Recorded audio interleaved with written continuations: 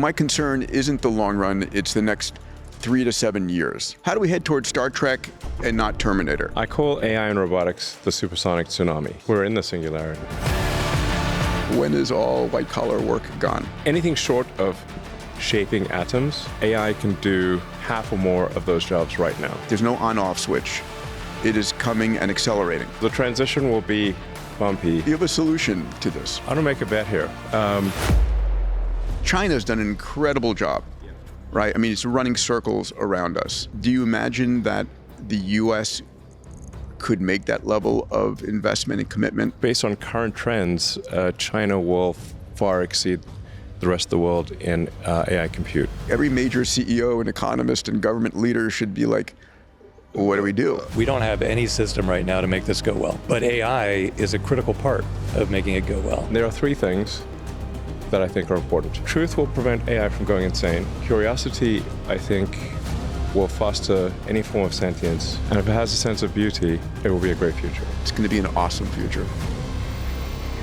Now that's a moonshot, ladies and gentlemen. Welcome to Moonshots. Following is a wide-ranging conversation with Elon Musk focused on optimism and the coming age of abundance. My moonshot mate, Dave Blunden, and I flew into Austin, Texas to meet up with Elon at his 11.5 million square foot gigafactory, home of the Cybertruck and Model Y production, and the future home for 8 million square feet of Optimus production. Elon has agreed to do this kind of a deep dive catch-up once per year. This is hopefully the first of many. And after having this conversation with Elon, it's crystal clear to me that we are living through the singularity. All right, enjoy. Yeah. Your relentless optimism is always a breath of fresh air. Thank you, buddy. Yeah. Thank you. Well, I want to share that tonight with a lot of people. Yeah. I think they need it. I hope you're right, and you might be right, actually. Yeah, I'm increasingly thinking that you are right. Thank you. Yeah. Abundance for all. Yeah. That's the goal. Shall we? Yeah. All right. Right now, putting a lot of time into chips. Good. You are personally. Good. Yeah. Yeah. It's With always some interesting AI to see. assistance, I assume. What's that? With some AI assistance, I assume. The design and Not enough. yeah. It'd be nice if we could just hand it off to the AI. Yeah. Soon enough. Yeah, I tried to do some circuit design actually with AI recently, just a couple of weeks ago. Not happening yet. Very soon, though. Yeah. I think probably at this point, Grok, if you took a photo and submitted it to Grok, it could probably tell you if the circuit is if there's something wrong with it. Yeah. Yeah. All right, I'm gonna give it a shot. You're using the same Grok that I'm using? Are you Grok keeps updating. So, yeah. 4.2, but 5 is soon, right? 5 is Q1. Yeah. 4.2 has not been released yet. Okay. Externally. But yeah, I mean, if you just upload an image into Grok, it's does quite a good job. Yeah. Yeah. Of analyzing Shall we start? any given image. Absolutely. Let's start. Yeah. We're going to talk about this. All right. We'll come back. I mean, to it. let's see if I take a picture of you. What is it? Let's see what it. Oh, yeah, what's it going to say about me? Yeah. It's going to say you're a flawed circuit. I also have to remember to update it because we update the Grok app so frequently. You know, I asked Grok to roast me. Oh, it does a good job. And it did an amazing job. Then I asked Grok to roast you. Yes. And I spit out my coffee. It was hilarious. And then I asked it, you know. You just say be more vulgar. It just keeps telling it to be more and more vulgar. I asked until it's like mother of God. Wait, is Bad Rudy still out, or did that get repealed? Bad Rudy's still there? And I asked Grok, That's an does eye-opener. Elon know what you say about him? And she goes, it's a she for me. She goes, what is he going to do about it? What's he gonna do about it? Yeah, let's see. Okay. So I just literally took a photo of you and see what posted it it. is. Did you ask a question? No, nothing. I didn't say anything. This man is hugely. This is Peter Diamandis. Yes. So Okay. That's pretty good. Yeah, that's no great. context whatsoever. The host of the podcast Moonshots. Yeah. Sometimes Wait, referred that's to. your first credential now. That's That's noteworthy. amazing. Forget about everything else I've done in life. See, it Moonshots. comes back to your podcast. There was a no context image. Yeah. By the way, Grokopedia is awesome. Okay, great. I mean, just phenomenal. Cool. It's like I tried to update my Wikipedia page for years, impossibly. Mm-hmm. And it It knows me. Amazing. Yeah. He's wearing a black quilted jacket featuring a Sundance logo. Not quite true. It's my Abundance logo. It's a little wrinkled. I guess a little wrinkled I on the couldn't see corner. the. Yeah. Can it see it? Give or it a not see it? chance. I think so. Okay. Anyway, Yeah, but it basically, it's pretty damn good. yeah. He's smiling and relaxed with a laptop in front of him. That's true. Yeah, that's true. Yeah. Well, Should we say that's not roast? quite a circuit, though. I gotta test it on the circuit. Roast him. Only it has to be read by you, though. I mean, I won't read the whole thing, but All right, give me a taste. I can take it. okay. Check out that grin. Dude smiling like he just discovered a new way to monetize hope.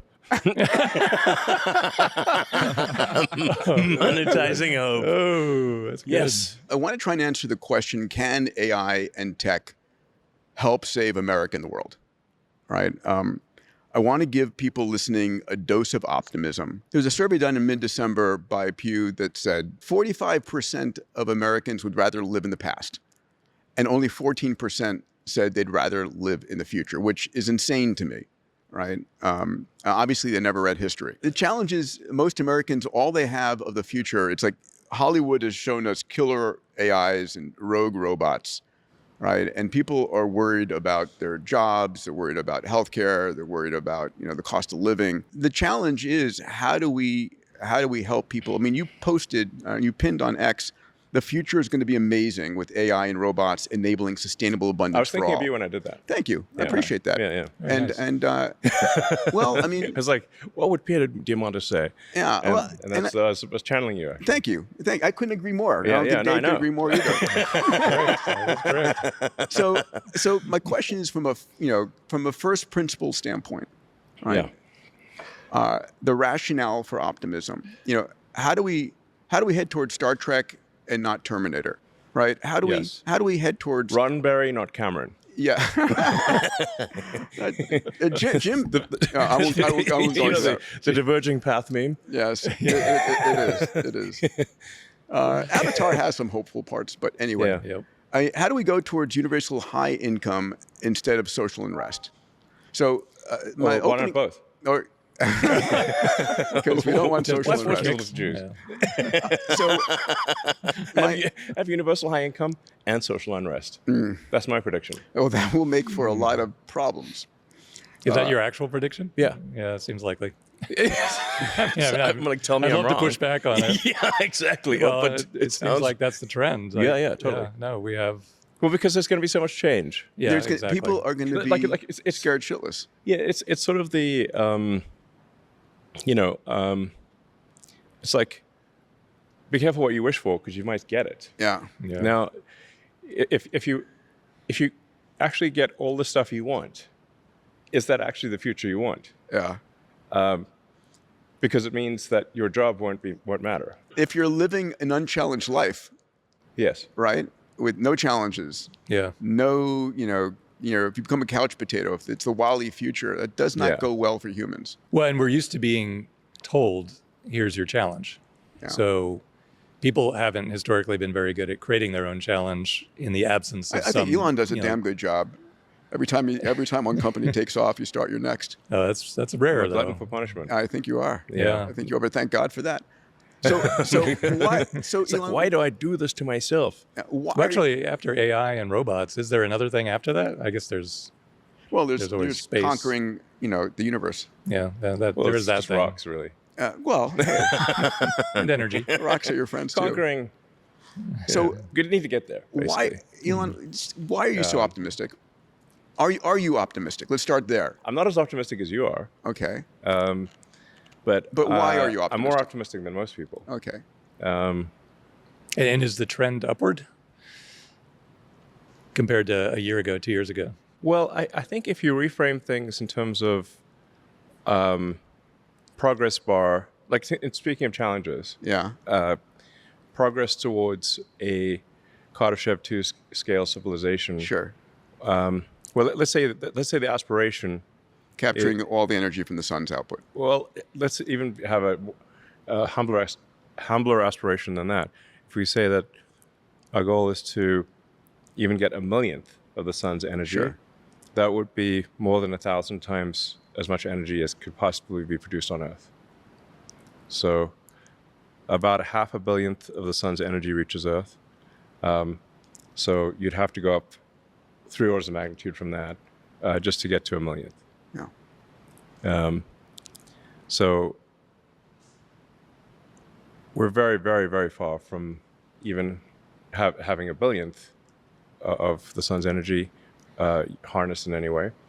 So a reasonable goal would be try to get to a millionth. And if you try to get to a millionth or a thousandth, 0.1%, that's such an enormous. Look, there's not sure what metaphor we'd use here, but because a hill to climb is not a inappropriate, like not a big enough metaphor. But Gravity well to escape. Engineering it's a hell of a feats gravity beyond. well. Yeah. Exactly. So if you try to get to a millionth of the sun's energy, or 1,000th of the sun's energy, like now these are very, very difficult tasks. And energy is the inner loop for everything right now. Yeah, I think the future currency will essentially just be wattage. Yeah, I was thinking, is the ability of a person to control energy and compute, or just energy? I mean, the two translate, obviously. Just like harnessed energy. Yeah. Like so, or like basically how much power is being turned into work of some kind, Right. intelligence or matter manipulation. So that's your next big project, is going to be energy. It's going to be. You're going to go back to your solar You city can expand roots. from there and say, Yeah. okay, what about even getting somewhere on a Kardashev 3 scale, meaning galaxy level? Now we're talking. Now we're back to Star Trek. Yeah, expand horizons here, Yes. where there isn't even a horizon because you're not on a planet. So we talk about. So if you think galaxy mind, Yeah. Well, That's- listen, we're in 11.5 million square foot, 3 pentagons right here in this building. I Yeah. mean, you think in a reasonably large scale. orders of magnitude. Yeah. So I mean, so from a challenge standpoint, I guess the civilizational challenge will be how do you climb the orders of magnitude Yeah. in energy harnessed? But we're going back to why you optimistic right now. I mean, when people think about the challenges ahead, I think we're going to end up with abundance in the long run. It's for me. Beyond abundance beyond what people possibly could think of as abundance. But like the AI actually, the AI and robots to the limit will saturate all human desire. Sure. And then we get to nanotechnology, which takes it even a step further. The thing about I'm not sure what you mean by nano. You mean like little nanobots or something? Or? Atomic reassembly. Yeah, for health. Oh yeah, sure. I mean, we're already doing atomic level assembly for circuits. Amazing. 2-3 nanometers. Yeah, it's only depending on how they're arrayed, 4 or 5 silicon atoms per nanometer. Yeah. So Those are big atoms, though. Yeah. They're not biggish, They're not your biggish. little. I mean, but I'm just saying they should actually describe the circuits in terms of an integer number of atoms in a specific place. They should. It's all angstroms now, but You could just, like you can just it's just an atoms. integer. It's like we'll call this the 7 atom. Yeah. Whatever. Yeah. Like if you say I like- 2 nanometers, I like it's like 9. No one knows. yeah. Yeah. 9 silicon atoms, something like that. They've got silicon and copper, and so. But a bunch of these things are just marketing numbers. Like the 2 nanometer is just a marketing number. Oh yeah. But you still need essentially close to atomic level precision. Like the atoms really need to be in the right spot. I think they're getting clean rooms wrong, by the way, in these modern fabs. I'm gonna make a bet here Okay. Okay. that Tesla will have a 2 nanometer fab, and I can eat a cheeseburger and smoke a cigar in the fab. Oh come on. Yes. The air handling will be that good? It won't Okay. matter. Do you have this sketched out in your mind? Like how are the atoms being placed that they're immune to cheeseburger grease? You just maintain wafer isolation the entire time, which is actually the default for fabs. The wafers are transported in boxes of pure nitrogen gas. Yep. Under a slight positive pressure. So are the bananas at Walmart. Just so you know. Yeah. Well, it's insecticide reason. essentially. Like it's pretty hard for anything that's combusting to live without oxygen. Yep. So let's talk about. So you can kill the bugs just by putting a nitrogen blanket on, interesting. on plants. Yeah. Interesting. I want to talk about energy, health, education, because those are people's concerns. So on the energy front, the innermost loop of everything that you're building and doing right now. Energy is the foundation. What's your vision for energy abundance? The sun. In the next, this decade, the sun. Yeah, I mean, so the sun is everything. It's everything. So you're all in on solar. I mean, your natural gas and solar. You're at Colossus too, right? Yeah. People just don't understand how that solar is everything. So everything compared to the sun, all other energy sources are like cavemen throwing some twigs into a fire. Yeah. So the sun is over 99.8% of all mass in the solar system. Jupiter is around 0.1% of the mass. So even if you burnt Jupiter, the energy produced by the sun would still round up to 100%. Yeah. Mm-hmm. And then if you teleported 3 more Jupiters into our solar system and burnt them too, it would still round up. the sun still rounds up to 100% of energy. Any interest in fusion? I mean, fusion on a planet, fusion on Earth. You know what? See that coming a mile away. You're never going to guess how the sun works. Giant coal plants. I mean, we have a giant free fusion reactor that shows up every day. 93 million miles away. It's farcical for us to create little fusion reactors. I mean, that would be like, having a tiny ice cube maker in the Antarctic and say, "Hey, look, we made ice." I'm like, "Congratulations!" Even the fucking Antarctic. So totally with you on this. There's like 3-kilometer high glaciers right next to you. Okay. Yeah, but sure you can make an ice cube. If you just narrow the question to the Memphis timeline, so Memphis data center timeline between 1 gigawatt and 10 gigawatt, you're not gonna pull 10 gigawatts out of Memphis. Maybe you are. 2 or 3. 2 or 3.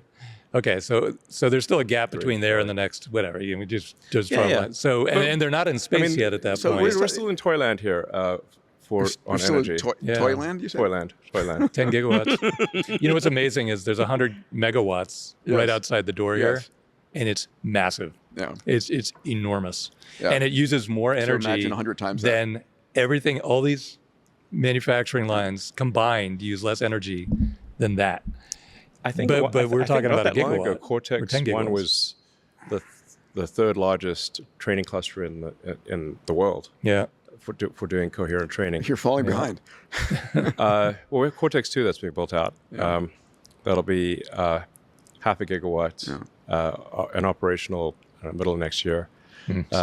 Hey everybody, you may not know this, but I've got an incredible research team. And every week, myself and my research team study the meta trends that are impacting the world. Topics like computation, sensors, networks, AI, robotics, 3D printing, synthetic biology. And these meta trend reports I put out once a week enable you to see the future 10 years ahead of anybody else. If you'd like to get access to the Meta Trends newsletter every week, go to diamandis.com/metatrends. That's diamandis.com/metatrends. So going back to what Dave is saying, over the next 5 years, what are you scaling on energy front? 5 years is a long time. I mean, energy, China's done an incredible job. Yeah. Right? I mean, it's running circles around us. China has done an incredible job on solar. Yeah. It's amazing. So I believe China's production capacity is around 1,500 gigawatts per year of solar. Yeah, they put in 500 terawatts in the last year. Terawatt hours. Yeah. Terawatt hours. I was like 500 terawatt hours to be very specific. Yeah. In the last year, 70% of that was solar, and they're just scaling. Do you imagine that solar scales? Do you imagine that the U.S. could make that level of investment and commitment? Because people are worried about their energy bills going up with no data centers in our backyard. How do we provide? I mean, energy is equivalent to cost of living. It's equivalent to health. It's equivalent to clean water. The higher energy production of a country, the higher its GDP. Energy is important. So what do we do to scale that way? Do we do it in solar here? I think we should scale solar substantially in the U.S. Tesla and SpaceX are scaling solar, and I encourage others to do so as well. So I mean, I've said this stuff, publicly. I do see a path to 100 gigawatts a year of space solar, sort of AI-powered, solar-powered AI satellites. Yes. So 100 gigawatts a year of solar-powered AI satellites. I did the math on that. That's like 500,000 Starlink V3s launched over 8,000 Starship flights. That's one every hour. For a year. 10,000 flights a year is a reasonable number. So it's amazing. It's quite the scale. Well, what's the really rough timeline on that? Because by aircraft standards, that's a small number. Sure. In terms of flights, yeah, for sure. Yeah, that's small. So you're just like, it depends what you compare it to. If you compare it to the rest of the rocket industry, it's a very high number. Yeah. And we're talking about 1 million tons of payload to orbit per year. So if you do 1 million tons of payload to orbit per year with 100 kilowatts per ton, that's 100 gigawatts of solar-powered AI satellites per year. Yeah. I mean, there's a path to get probably to a terawatt per year from Earth. Yeah. If you say like 10, if you want to go up another order of magnitude, or let's say you want to go to 100 terawatts a year, which is obviously kind of nutty numbers, then you want to make those AI satellites on the moon. Yes. And use a mass driver. Yeah, so the Gerard K. O'Neill approach. Well, like Robert Heinlein, Moon is a harsh mistress. Sure, of course. Pretty much. Yeah. I love that book. Yeah. It's a sort of libertarian paradise on the moon. Yes. So, because on the moon you can just accelerate the satellites into to escape velocities around 2,500 meters per second, and there's no atmosphere, so like a mass driver works very well on the moon. Can I ask the question about orbital debris? I mean, we're building effectively a Dyson-ish swarm around the Earth. Swarm? Yeah, swarm. Swarm. We'll eat it for lunch. Are you worried about over congestion on the? That's going to be the sun-sync orbit's going to fill very quickly. I mean, you don't have to have sun-sync. I mean, you can. Don't have to, but it's optimal. Yeah. There's some pros and cons to sun-sync or not sun-sync. I mean, your payload to orbit drops by like 30% compared to, if you went to like mid inclination, like 70 degrees or something like that. Yeah. I mean, do we need an orbital debris X Prize at this point? We need some way to get the satellites, defunct satellites down. Do we pass rules that require them to deorbit on their own? Yeah, at the point at which you can put 1 million tons of satellites into orbit, you can also, start bringing down satellites too. Yeah. Or at least collecting them into a fixed location, so they're not like all over the place. Yeah, then you can reuse them. Yeah. Let's just say that we'll have the resource level will be so high that I believe this will be a solved problem, given the amount of intelligence we're talking about here. Oh. Like the intelligence will be quite interested in preserving itself. Yes, that's true. Oh, interesting. Yeah, good motivation. Yeah. Interesting. The question But is, the data centers will not be in low Earth orbit, right? They'll be They'll be much higher, constantly in the sun. They're not going to be in the traffic jam, I assume. Well, you can get to, you don't have to get to get to constant sunlight. You can be around 1,200 kilometers sun synchronous will give you constant sunlight. Mm-hmm. But you could place him in multiple orbits. Yeah. Yeah. Yeah. No, I think Yeah. if there's an X Prize for cleaning up, it's got to be. There's only going to be clutter in low Earth orbit. I mean, debris from. Yeah. Anything that's if it's below around 700 or 800 kilometers, the atmospheric drag will bring it back. Yeah.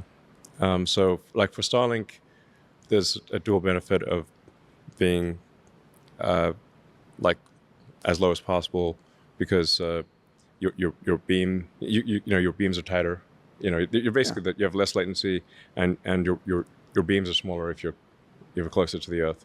So like Starlink 3 will be around 330 to 350 kilometers, which is quite a lot of drag. So it's basically constantly thrusting to stay I in still position. remember when you proposed Starlink, and everybody else in the industry was like, "No way, no way. He's not going to get the spectrum. He's not going to be able to do this." Yeah, it's kind of worked. yeah. The Starlink team has done an incredible job. Yeah. I mean, we've basically rebuilt the internet in space with laser links. Mm-hmm. So there's 9,000 satellites up there right now. Do you think the government's going to be able to handle the kind of licensing of the volume of satellites that you want to put up? I mean, will there be pushback because China's going to put up their own constellations? Europe, who knows whether Europe will ever step up? They won't. What's that? They won't. No. And there's probably Yeah. nothing they're doing has success in the set of possible outcomes. Yeah. Let me ask you, so I just got Elon, back from Rome. I don't 6 want months to ago- touch that railing. Success is not on the set of possible outcomes. No, the chart. There The are plenty chart of that, outcomes, though. They keep the it chart that entertaining. shows the number of billion-dollar startups in the U.S. versus Europe. Have you seen that Oh graphically? my God, it's crazy. Yeah. And data centers too. It's actually. No one was talking about orbital data centers 6 months ago. Yeah. Nobody. And Yeah. then all of a sudden, Sundial's on it. You're out with it, and It's the hot new thing. And it is. What tipped it?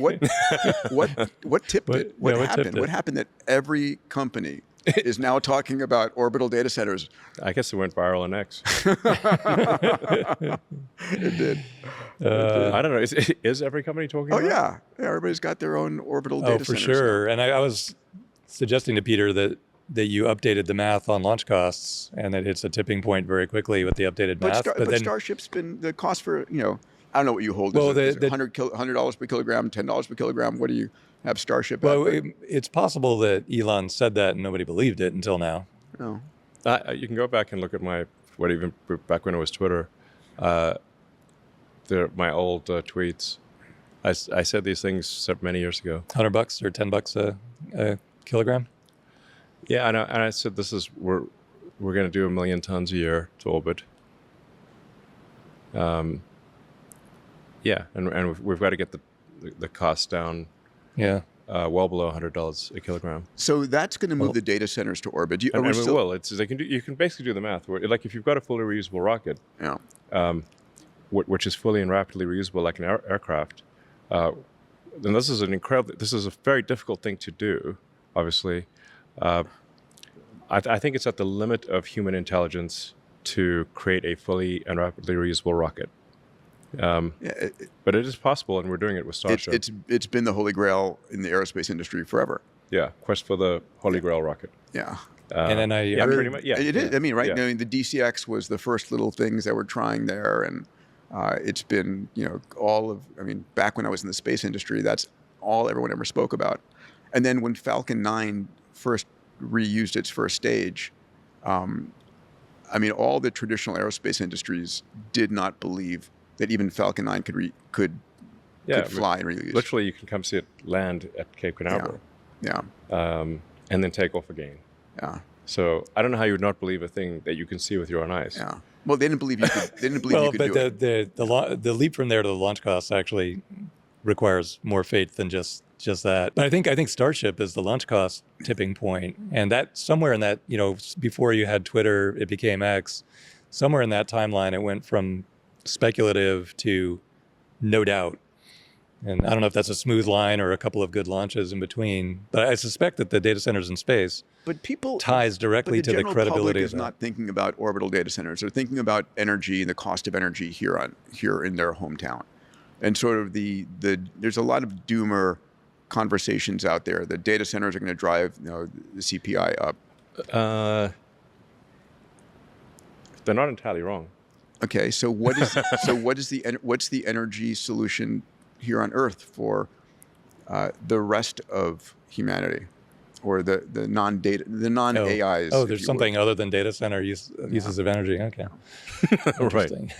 That's complex. Well, the best way to actually increase the energy output per year of the United States or any country is batteries.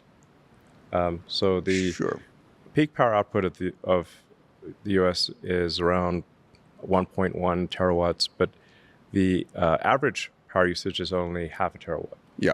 So if you just buffer the energy, so charge up the batteries at night, discharge during the day, without incremental capital expenditures, without building new power plants, you can double the energy throughput of the U.S. The energy output per year can double with batteries. And do we have those batteries in development? Yeah, Tesla makes them.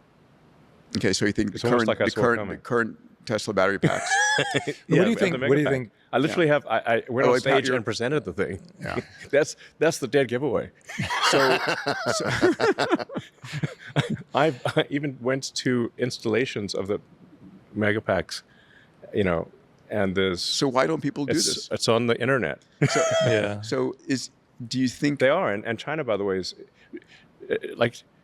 It seems like China listens to everything I say and does it basically, or at least, or they're just doing it independently. I don't know, but they're certainly making massive battery packs, like really massive battery pack output.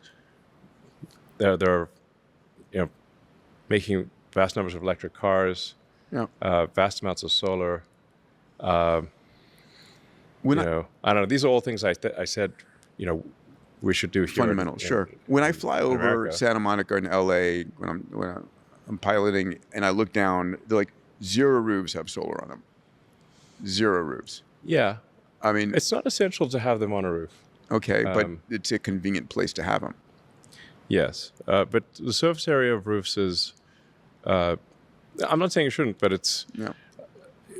Tesla makes a solar roof, which is the only solar roof that isn't ugly. Our solar roof actually looks beautiful. Yeah. But if you want to do solar at scale, you just need more surface area. So we have vast empty deserts. Sure. In America, like if you fly from LA to New York or just fly across country, and you look down, for a large portion of the time you look down, it is bleak desert. Yes. It looks like Mars, essentially. We're not worried about overpopulation there. No, I mean, there's barely a lizard alive in these scorching deserts. Yep. It's not like farmland we're talking about. We're just talking about places that look like Mars, like just scorched rock. So if we put solar where we currently have scorched rock, I think this will be a quality of life improvement for the lizards or the few creatures that live in this very difficult environment. Do we have the distribution network for that? It's like, Liz is going to be, thank God, some shade finally. Do we have the distribution network to be able to do that? Yeah, you need to materially affect quality of life. You need to capture and store, a couple hundred gigawatts? Is that in the realistic cards? You could just put the data center, I guess, locally there. Well, we already covered data centers. Yeah. They're in space. We're talking about, the other... Yeah. Like, I don't know, like in an abundant world 5 years from now, massive amounts of compute, massive, universal high income. I don't know what our high income, data... like universal, you can have whatever you want income. Yeah. Yeah. That's really what it amounts to. But in that world, other than compute energy, how much more energy do we need? Like 30, 40, 50%? Or I don't know, unless we want to move mountains around to make a ski mountain, in the backyard. 'Cause I think the vast majority of energy consumption will go into compute. And then there may be use cases I'm not thinking of, like, right here is a nice case study because manufacturing every one of these cars coming out at the rate of one every minute or two is less energy than the data center that's training the cars to drive, to self-drive. Yes. So that's a good little case study. And we don't need that much more physical energy for abundant happiness. We need more compute energy. Well, the sun is just generating vast amounts of energy all the time for free that just goes into space. So I think we'll end up trying to capture, I don't know, a millionth of it, like a millionth, a thousandth of the sun's energy. We're currently, I'm not sure the exact number, but we're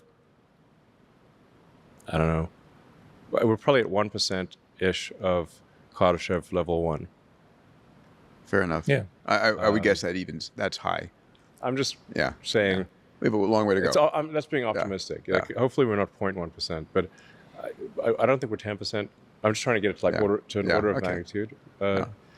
So pull it like we're roughly 1% of the, currently using 1% of the energy that we could use on Earth. I think the bottom line from a first principles thinking for the public is there's a lot of energy out there. A lot. And we have it in the US, we have it on the planet, and it needs to be captured. And the tech to capture it is here and improving every year. Yes. Yeah. There's not going to be some energy crisis. There'll be a large forcing function to harness more energy, but we're not going to run out of it. Yeah. All right. I want to talk about education. So here's the numbers. They're abysmal. I mean, they're abysmal, right? Okay. The importance of college in the United States, back in 2010, 75% of Americans said it's important to go to college. That number is now down at 35%. All right. College graduates as a group turn out to be the group that's out of work the longest. Right. Just barely. But still. But and still, tuition has still increased 900% since 1983. Yeah, the administrative expenses at universities have gotten out of control. Yep. So I think I saw some stat that like there's one administrator for every 2 students at Brown or something like that. And I'm like, this seems a little high. Yeah. You know? They should teach something. Yeah. What was your college journey? I went to college in Canada for a couple of years at Queen's University. So I had Canadian citizenship through my mom, who was born in Canada. And my grandfather was actually American, but for some reason, I don't know, my mom couldn't get U.S. citizenship. But she was born in Canada, so I got Canadian citizenship. And I didn't have any money, so I could only go to a Canadian university at first. I mean, people forget that about you. You didn't have this giant social network or huge amount of wealth coming into all of this. No. Yeah. No, I arrived in Montreal at age 17 with, I think, around $2,500 in Canadian traveler's checks, back when traveler's checks were a thing. And one bag of books and one bag of clothes. That was my starting point. That was my spawn point in North America. And then, so I went to Queen's University for a couple of years, and then University of Pennsylvania, did a dual degree in physics and economics. And graduated. Undergraduate at UPenn, UPenn Wharton. Yeah. And then I came out to do, I was going to do a PhD at Stanford, working on energy storage technologies for electric vehicles, potentially material science, I guess, fundamentally. Yep. The idea that I had was, it was to try to create a capacitor with enough energy density that you could get high range in an electric car. It's funny, I invested in an ultracapacitor company. It didn't go well. Well, it's one of those things where, so you could definitely get a PhD, but it wasn't clear that you could make a company or do something useful. Like this, most PhDs, hate said, but most PhDs do not turn into something that's going to... Do not turn into something useful. Yeah. Like you could add a leaf to the tree of knowledge, but it's not necessarily a useful leaf. Enormous fraction of great entrepreneurs are dropping out of grad school or undergrad. But nowadays, the sense of urgency is off the charts. But I mean, they're popping out everywhere. Yeah, because don't waste your time going to grad school. Start a company. Yeah, curriculum is nowhere near caught up to what's actually going on in technology, and I don't have time. And we talk about this all the time. It's like, this is the moment. I think right this now is the moment. It's like it's not clear to me why somebody would be in college right now unless they want the social experience. Yeah. I mean, if you have the ability to go and build something. So the question is, how would you redesign the educational program, if I could be so blunt, as to create more Elon Musks? If we want to create an Elon Musk factory of people who start with very little, but are able to drive breakthroughs. What's involved there? What drove you? Curiosity about the nature of the universe. So I'm just curious about the meaning of life and, what is this reality that we live in? So how early? My son Dax wanted to know, what was it like for you in middle school and high school? He's 14 years old. He's in that age range now. Well, I found school to be quite painful, and it was very boring, and in South Africa it was very violent. So it's like it was like that book Ender's Game. Yes. But in survival. reality, IRL. Yeah. Ender's Game IRL. It was like, but not as fun. So your goal was escape. Yes. Escape from the prison. So that's a question I have. Do you think that it was miserable? Do you think most successful people have had a lot of hardship early in life? Do you need to have that level of hardship? Probably need a little bit of hardship, I suppose. Yeah. And then so it's always tricky. Like, what are you supposed to do with your kids? Create artificial adversity. Put them in. That's cruel. Yeah. Do you have an answer? That's a Warren Buffett topic, actually. Yeah. What do you do? Yeah. But seriously, it's not easy to create artificial adversity because if you love your kids, you don't want to do that. Yep. So, that's for sure. So I had a lot of adversity. Probably it was good. Probably, helped somewhat, I suppose. One of the what things doesn't kill you makes you stronger, type of thing. No. And at least I didn't lose a limb. I think what doesn't maim you? Good at maiming. 10 fingers. I can modify that a little bit. Yeah. Can I ask you a question? Maim you makes you stronger. For the last 5 years, I've been helping teach this class, Foundations of AI Ventures at MIT. And every year when you survey the students, they go up a lot in their desire to start a company. And so it's now up to 80% of the incoming spread. Everyone's just going to, it's just going to be like one person company. Well, that's with AI, that's viable, I guess. But no, they want to co-found. They don't want to be the founder. They want to be part of a founding team. So it still works out. But when Peter and I were in school at MIT, it was, I'm guessing, maybe 10%. And they all wanted to be PhDs. And they've been doing the survey. I didn't know anyone who wanted to start. I mean, I don't remember any conversations with people saying they wanted to start companies. Even at Stanford at the time? I actually, a few days into the semester, or I should say the quarter, I called Bill Nix, who was the head of the material science department, and said I'd like to just put it on deferment. He said, "Was my class that bad?" No, and he said that's okay. You can put it on deferment. But he said this is probably the last conversation we'll have, and he was right. But then, like I think it was last year, he sent me a letter saying that all of my predictions about lithium-ion batteries came true. Which is very nice. And did he also say you could still come back and finish your PhD? Yeah, no, it was several times Stanford has said that I can come back for free. Well, so you know what happened at MIT is every time. so I did not know. It'd be a great use of your time. Exactly. And I'm like, yeah. So every time an Iron Man movie came out, it notched up another probably 10% or so. Okay. In terms of, because everybody wanted to be Tony Stark. And so that's the image. And I didn't know till today that the new Tony Stark, the modern Iron Man Tony Stark, I always thought Tony Stark was modeled on Charles Stark Draper and Howard Hughes. And it's Charles Stark Draper's education and his scientific endeavors married with Howard Hughes' ambition. And that created the original character. But then when Robert Downey Jr. wanted to reinvent it, it's modeled on Elon. Yeah. This You is came like, and met with me. this is a Grokkopedia fact. All right. Yeah. Fantastic.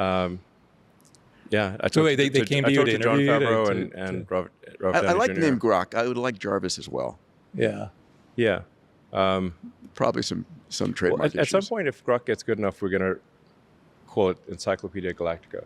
Yes, that's nice. Yeah. Yeah, of course. 42. Thank you.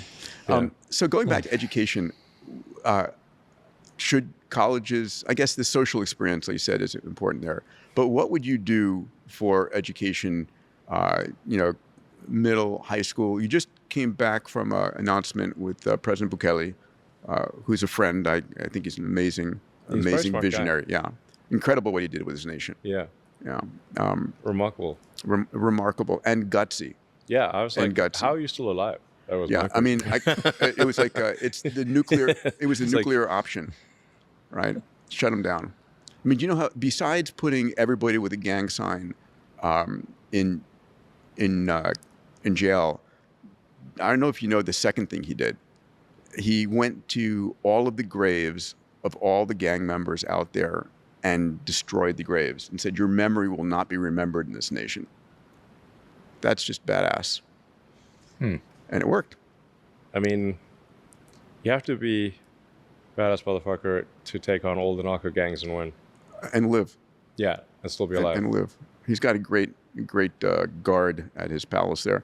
But Yeah. what did you announce with him in El Salvador? It was just basically to use Grok for education, like personalized Hopefully not the education. vulgar version of it. Yeah, we would have like the kids-friendly version of Grok. But obviously AI can be an individualized teacher Yeah. that is infinitely patient and answers all your questions. Yeah. Now you still need to be curious, and you still need to want to learn. Grok can't make you want to learn. It can make learning more interesting. You could probably gamify and incentivize it, right? It can make learning more interesting, and less of a production line. But kids do need to have to, if they need to want to learn, Yeah. So, and like people should just think of the brain as a biological computer. Yeah, it's a neural net. Yeah, it's a biological computer with so with a number of neurons and neural efficiency. Yeah. So what you can't do is turn any arbitrary kid into Einstein. This is Sure. not realistic because Einstein had a very good meat computer, like an outstanding meat computer. So you can't just do Shakespeare, Newton, Yeah. Einstein type of thing, unless the meat computer is an exceptional one. So what do you think? So when people say we need to solve education in the United States because it's fundamentally broken, I think what's really broken, I'm curious, is the old social contract that Yeah. says do well in high school, get into a good college, get a degree, and then get a job. And I don't know that that's going to be valid in the future. We talk about this on the pod a lot, that the career of the future isn't getting a job, it's being an entrepreneur.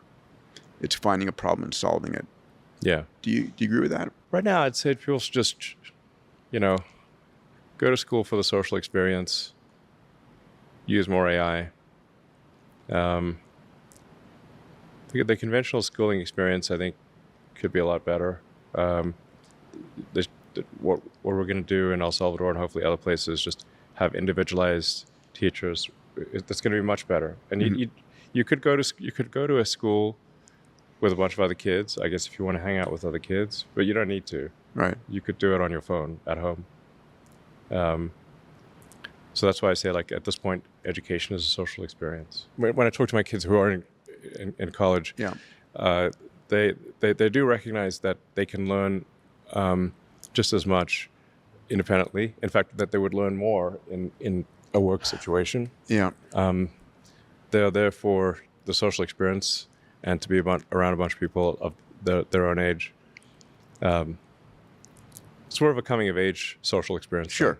Being on your own, learning how lead or defend yourself, as the case may be. Well, yeah. I mean, if you join the workforce, you're, from this perspective of like a, 19-year-old with a bunch of old people. And if you're doing engineering with a bunch of middle-aged dudes, it's like, do you really want to do that, or do you want to hang out with, where there's at least some girls your age, type of thing. Yeah. I want to get back to this when we talk about not a lot of other choices, actually. I want to get back to this when we get to universal high income, but I want to talk about health and longevity 1 second. The U.S. is the ranked number one in health expenses worldwide, and it's ranked 70th in health span. Right? We pay really 70th? 70th. Is that from Grok? Is that accurate? Is Grok? Well, I don't know. Well, everybody listening sounds should low. check it. I think it would be better than 70th for health span. Well, whatever. It's like we just get fat or something. We're not the top 10. Maybe Ozempic can help us climb the rankings there. So would you just run around? We need Cupid, but Ozempic.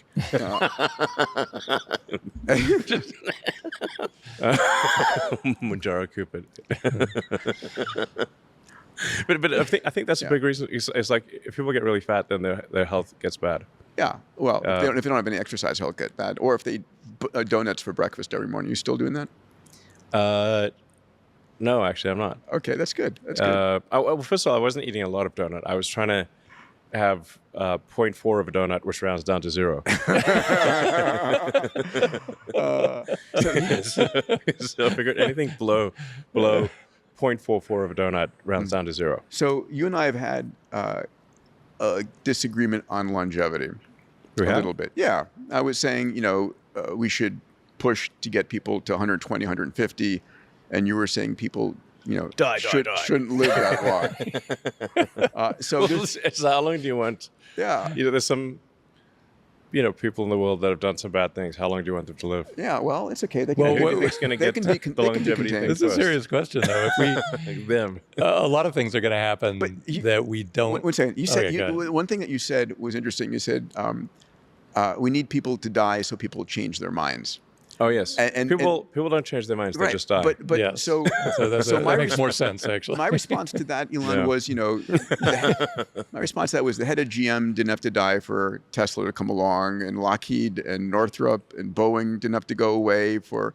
I mean, there's in a meritocracy, the better ideas will dominate.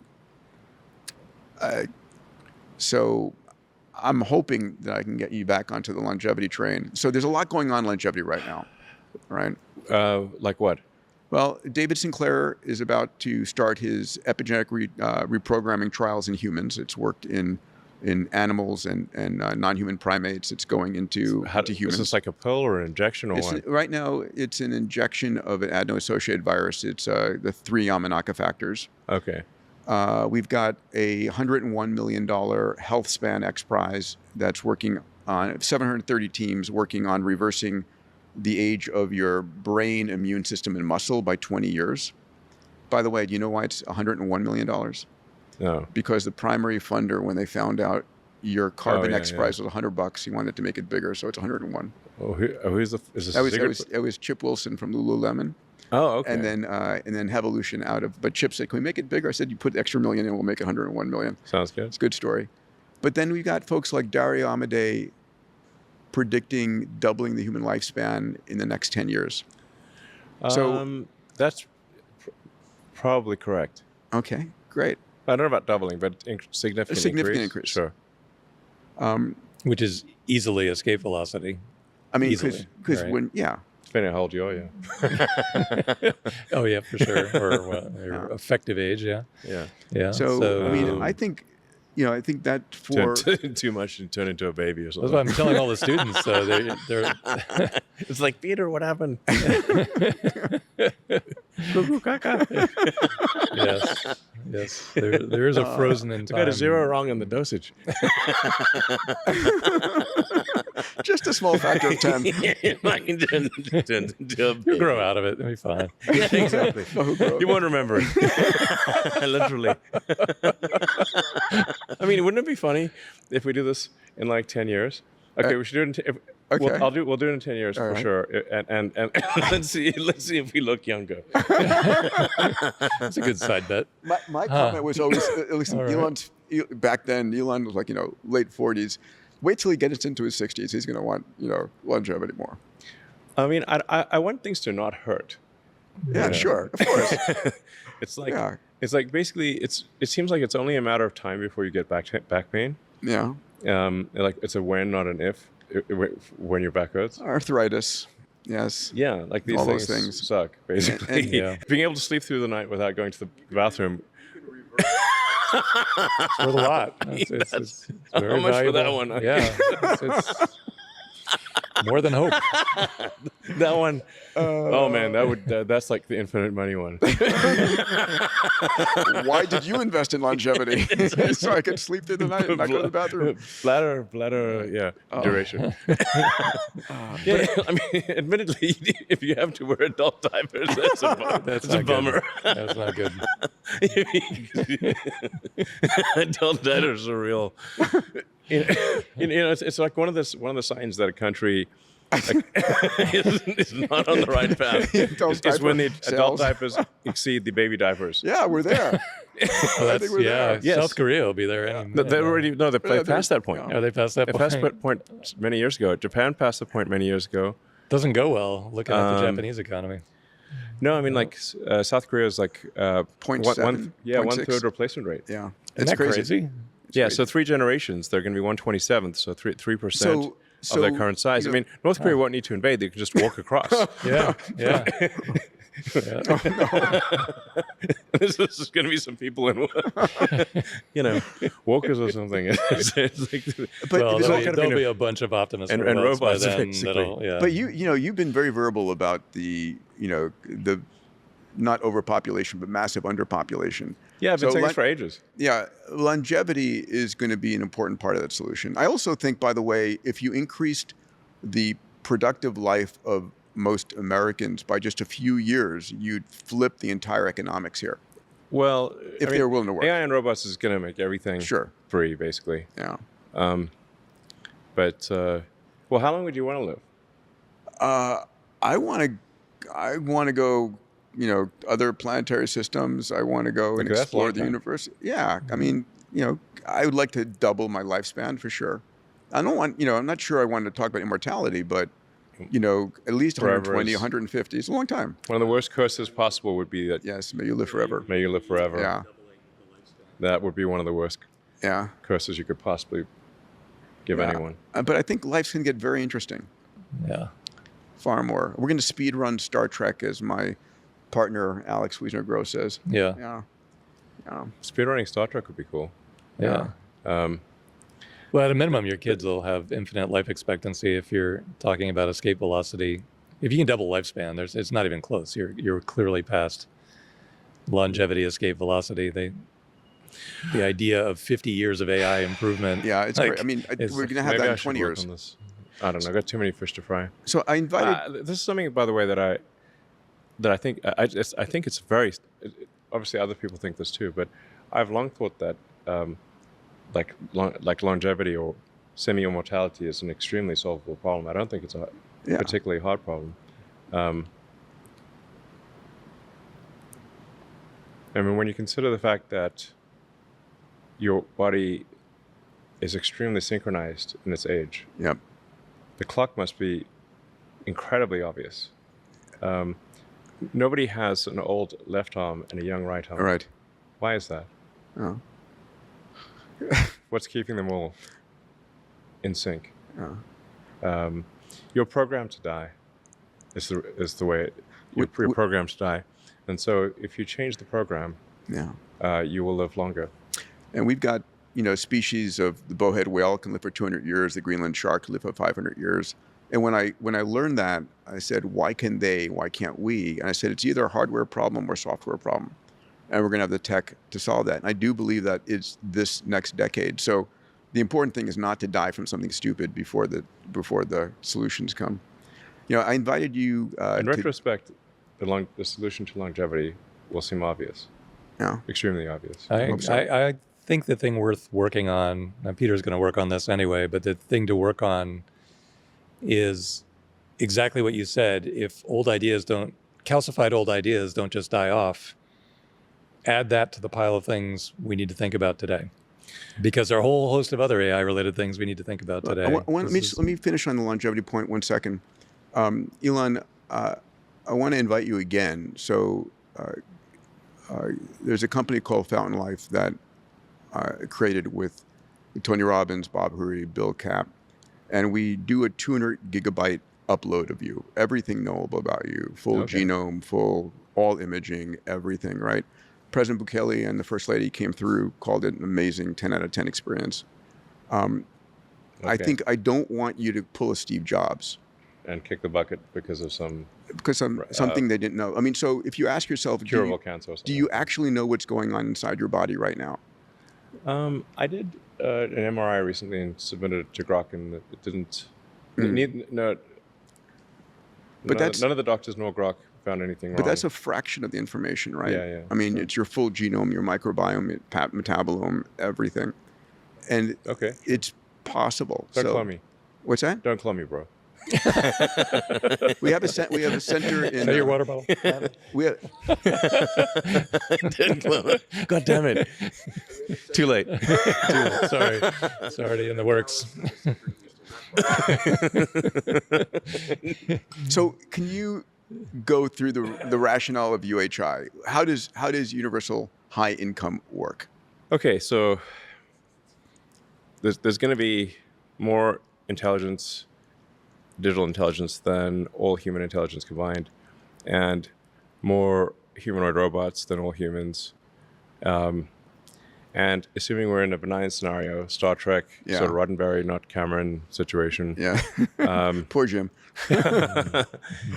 Yeah, I mean, I guess it's important to have these sort of counterpoints. Yeah. Let's not go in that direction. Thing.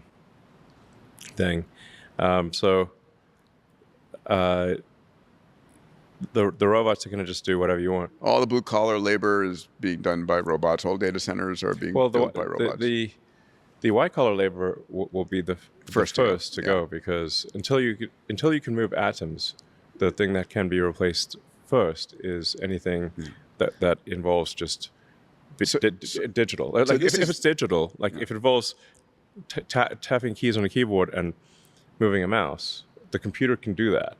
The AI can do that. Sure. You need the humanoid robots to shape atoms.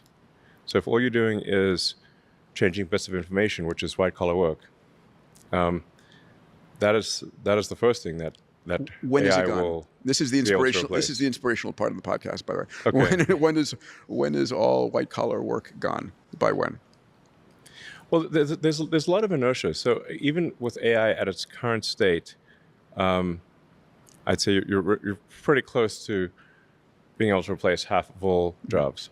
And you know that white collar jobs. That includes anything like education too. Yeah. Mm-hmm. So anything that involves information, and anything short of shaping atoms, AI can do probably half or more of those jobs right now.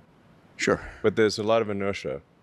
People just keep doing the same thing for quite some time, and there actually has to be a company that makes more use of AI that competes with a company that makes less use of AI, creating a forcing function for increased use of AI. Right. Otherwise, the company that still has humans do things that AI can do will still continue to exist. Being a computer used to be a job. So it used to be that a human computer, like a computer. Being a computer was a job. You would compute numbers. Sure. It didn't used to be a machine. It used to be a job description. Yes. Yep. And there, you can look online. There's these pictures of where they're having skyscrapers full of women copying, mostly women copying from ledger to ledger. And men too. But people. It was a lot of women, but there were just buildings full of people just at desks doing calculations. Yeah. So they'd be calculating the interest in your bank account, or some science experiment or something like that, or what. But if you want calculations done, people would do it. Now, one laptop with a spreadsheet can outperform a skyscraper of several hundred human computers, Right. of people doing calculations. Now, if even a few cells in that spreadsheet were done manually, you would not be able to compete with a spreadsheet that was entirely a computer. Mm-hmm. Yeah. What this means is that companies that are entirely AI will demolish companies that are not. Right. It won't be a contest. Agreed. That's And a good that analogy. that flippening. Yeah, just one cell in that. Just one. If I'm gonna do that on the would you flight want home. even actually. I'm one trying- cell in your spreadsheet to be manually calculated? Yeah. That would be the most annoying cell, and you're like, Yeah. God damn it. Yeah. Yeah. and gets it wrong a bunch of the time. Yeah. Introduces error rate. Yeah. So this flippening, if you Flipping. would, Flipping. Flippening. The quickening. We call it the flippening. Are we monetizing hope effectively? Yes. not at this moment. I think we're at peak doom for people worried about the future of their jobs. We're at peak doom. We're gonna do that. I'll send you one. the T-shirt And the mug. and the mug. Monetizing hope. Yes. The mug. So wrong. Heck But yeah. but you have a solution to this, which is UHI. Yes, everyone can have whatever they want. So how does that work? How does UHI work? It's a good question. Like, we have to figure out some, like, I mean, it's not a transition, 'cause it's not a it's a bumpy road. Yeah, I mean, so my concern isn't the long run; it's the next 3 to 7 years. Yes, the transition will be bumpy because We humans will don't like change. simultaneously. Yes, we'll have radical change, social unrest, and immense prosperity. And you can buy all the cyber trucks you want. Things are going to get very cheap. Yes. So this is actually, in fact, if this doesn't happen, we'd go bankrupt as a country. So the national debt is enormous. Yeah. The interest on the national debt exceeds not just the military budget, but the military budget, I think, plus Medicare or Medicaid, one of the two. It's like it's like 1 I think point the military something is trillion enough. It's crazy. of interest. Yeah. Which is growing. Yes, and the deficit is growing. Yes. But so if we don't have AI and robots, we're all going to go bankrupt, and we're headed for economic doom. We're going So back. it's We're like you going kinda There's back. also competitive pressure from China, so this is definitely going to happen. I guess We're is the going whole back point. to the theme of this talk. How can AI and exponential tech save America and the world? But don't you think that, But I want to hit this because we talk I was about, like quite pessimistic about it, and ultimately I decided to be fatalistic, and Okay. look on the bright side. I've got this image, you're image of you with Always the look on sunset. the right side of life. You're singing down the yellow brick road. We're crucified. What bright side? But this is not about taxation and redistribution. yeah. No, it's. So how does it work? There's- Reason through it with me. Listen, by the way, I'm open to ideas here. Okay. So it's not like I got this all figured out. All right. So so I'm wondering if instead of universal high income, if it's universal high stuff Yeah. and services. Yes. UHSS. We got to. Like, I guess. Okay, this is my guess for how things Roll out. play out. And by the way, this is going to be a bumpy ride, and it's not like I know the answers here. But I have decided to look on the bright side, and I'd like to thank you guys for being an inspiration in this regard. Thank you. Appreciate that. Happy to help. Yeah, because I actually think it is better to be an optimist and wrong than a pessimist and right. Yes, for sure. For quality of life. Yeah. And by the way, It's also not a force of nature. It's under, like, to me, it's really clear that we don't have any system right now to make this go well. But AI is a critical part of making it go well. And at some point, Grok is going to be addressing this exact topic that we're talking about. Or it has to be one of the big four AI machine. I mean, it's coming. That is dealing with it. There's Otherwise, no how's it gonna velocity happen? knob, right? There's no on-off switch. It is coming and accelerating. I call AI and robotics the supersonic tsunami, Yes. which maybe is a little alarming. You think? It's good. It's good. Well, because the, Like, I just the like the world needs a wake-up alliteration, call. frankly. This is important for folks to grok, because I don't want to leave people depressed. I want people to understand what's coming. So we're basically demonetizing everything. I mean, labor becomes the cost of capex and electricity. AI is basically intelligence available at a de minimis price. So you're able to produce almost anything. Things get down to basic costs of materials and electricity, right? So people can have whatever stuff they want, whatever services they need. Yes. It's not, when we say universal high income, it sounds like it's a tax and redistribute, but that's not the case. It's. I think my best guess for how this will manifest is that prices will drop. Yeah. So as the efficiency of production or the provision of services drops, prices will drop. I mean, prices in dollar terms are the ratio between the output of goods and services and the money supply. Sure. So if your output of goods and services increases faster than the money supply, you will have deflation, or vice versa. So It's a good thing we're growing the money supply so quickly then. right, exactly. luck. Yes, that's why I came to let's not worry about growing the money supply. It won't matter because the output of goods and services actually will grow faster than the money supply, and I think we'll be in this.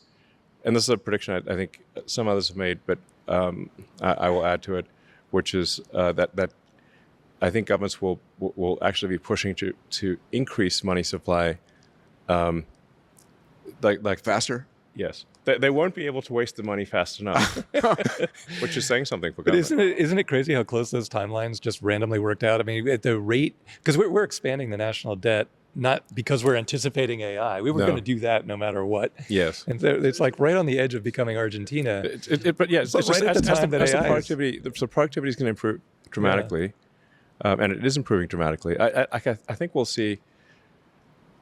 I think we may see high double-digit output of goods and services. We have to be a little careful about how economists measure things. Yes. Yeah, GDP sucks totally, isn't measured. totally And Yeah. I mean, there's like my favorite joke. I have a few economist jokes that I like, but maybe my favorite one, economist joke, is two economists are going for a walk in the forest, and they come across a pile of shit. And one economist says, "I'll pay you $100 to eat a pile of shit." I've heard this one. This is great. Yeah, Go you ahead, heard this go one. ahead. And so the guy takes $100 and eats the shit. Then they keep walking. They come across another pile of shit, and the other guy says, "Okay, I'll give you $100 to eat a pile of shit." So he gives him $100, and then the guys can say, "Wait a second. We both have the same amount of money." and we both ate a pile of shit. Oh my God! It sounds It's like, but we increased the economy by $200. This is the kind of bullshit you get in economics. Yeah. But if you say like just the output of goods and services, will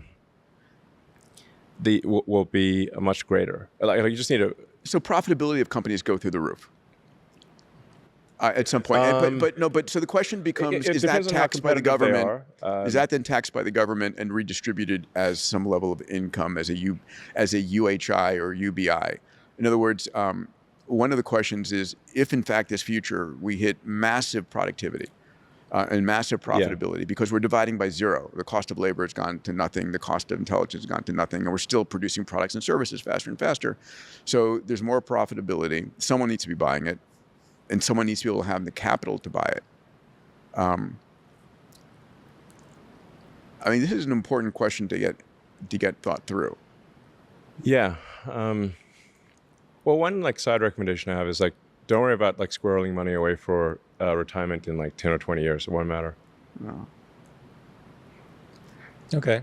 Either we're not going to be here, or It just like it's you won't need to save for retirement. If any of the things that we've said are true, saving for retirement will be irrelevant. the services will be there to support you. You'll have the home, you'll have the healthcare, you'll have the entertainment. The way this unfolds is fundamentally impossible to predict because of self-improvement of the AI and the accelerating timeline. Yeah, it's called Any singularity solution- for a reason. Yeah, You exactly. don't know what goes happen. What happens after the event horizon? You know? Exactly. You can never see past the black hole or the event horizon, the light cone. I mean, Ray has the singularity out way too far.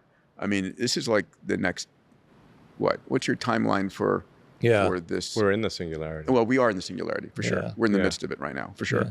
And it would just Well, feels we're in flat. this beautiful sweet spot, which is, you know, the We're on the roller coasters. We're just yeah, exactly. That's a great analogy. It's just like that feeling. you're at of, the top of the roller coaster and you're about to go. Yeah, but you know it's gonna be a lot of G's when you Yeah, a lot of when you Gs. hit it. Yeah. It's like pure like I don't have to just have courtside seats. I'm on the court. Exactly. And it still blows my mind. Sometimes multiple times a week. Yeah. And Yep. so just when I think I'm like, wow, and then it's like 2 days later, more wow. Yeah. Exponential wow. Yeah, I think we'll hit AGI next year in 26. Yeah. I heard Yeah. you say that. Yeah, I've said that for a while actually. And then, and then you said by 2029, 2030, equivalent to the entire human race. 2030, we exceed. Like I'm confident by 2030, AI will exceed the intelligence of all humans combined. And that's way pessimistic. If you hit AGI next year, and that's you know that date is in flux, but from that date to self-improvements that are on the order of 1,000, 10,000x, just algorithmic improvements, is very short. And so why isn't 2030 everybody I why say- isn't everybody talking about this right now? Well, I mean, on On X, on we X are. they are. Yes, but why isn't Talk about every day basically. Yeah, but it's Don't like stop. Yeah, no, The- it's not. Okay, so I'll tell you something else I'll tell you something that most people in the AI community don't yet understand, okay. which is almost no one understands this. The intelligence density potential is vastly greater than what we're currently experiencing. So I think we're off by 2 orders of magnitude in terms of the intelligence density per gigabyte. Of what's achievable Yes. per gigawatt of energy? Let's characterize it by file size. Okay. If the file size of the AI, if you have intelligence per Oh, gigabyte, okay. Yes, sir. On your you can characterize premise on your it in laptop. power too, but it's Or parameter amounts to the same count, thing. yeah, whatever. So So intelligence- two orders of magnitude. Yes. Yeah. And you, like you said, you ringside, courtside seat, you would know. I'd say it's yes, Yeah. 2 orders of magnitude improvement in that's just algorithmic improvement. Same computer, and the computers are getting better. Yeah. So And bigger. You know, see, they're getting better and the budgets are getting bigger. that's simultaneously. You why got I think it is on. It is like a 10x improvement per year type of thing, 1,000%. Yeah. And that's going to happen for the foreseeable future. So you see the massive underreaction. Like if you walk downtown Austin, the massive, I mean, it may be under discussion in X, but it's not percolating Well, out. it's not discussion in any realm of government. Everybody is like defending their position about where we are and jobs and this, but it's like we're heading towards the supersonic tsunami, and I mean every major CEO and economist and government leader should be like, well, what do we do? Because once it hits. Well, it's coming at the exact same time. There, no matter what, there's no concept of let's deliberately slow down, right? No, it's impossible. It's impossible at this stage. I mean, I previously advised that we slow it down, but that's pointless. Like you can't. I was like, China's I not don't know. gonna I slow think we might down. be going a bit too fast, guys. I've said that many years, and I was like, okay. Then I finally came to the conclusion I can either be a spectator or a participant, but I can't stop it. Yeah. So at least if I'm a participant, I can try to steer it in a good direction. Like my number one belief for safety of AI is to be maximally truth-seeking. So that don't make AI believe things that are false. Like if you say to AI that axiom A and axiom B are both true, but they cannot be, but they're not. Yeah. And it has to, but it must behave that way. You will make it go insane.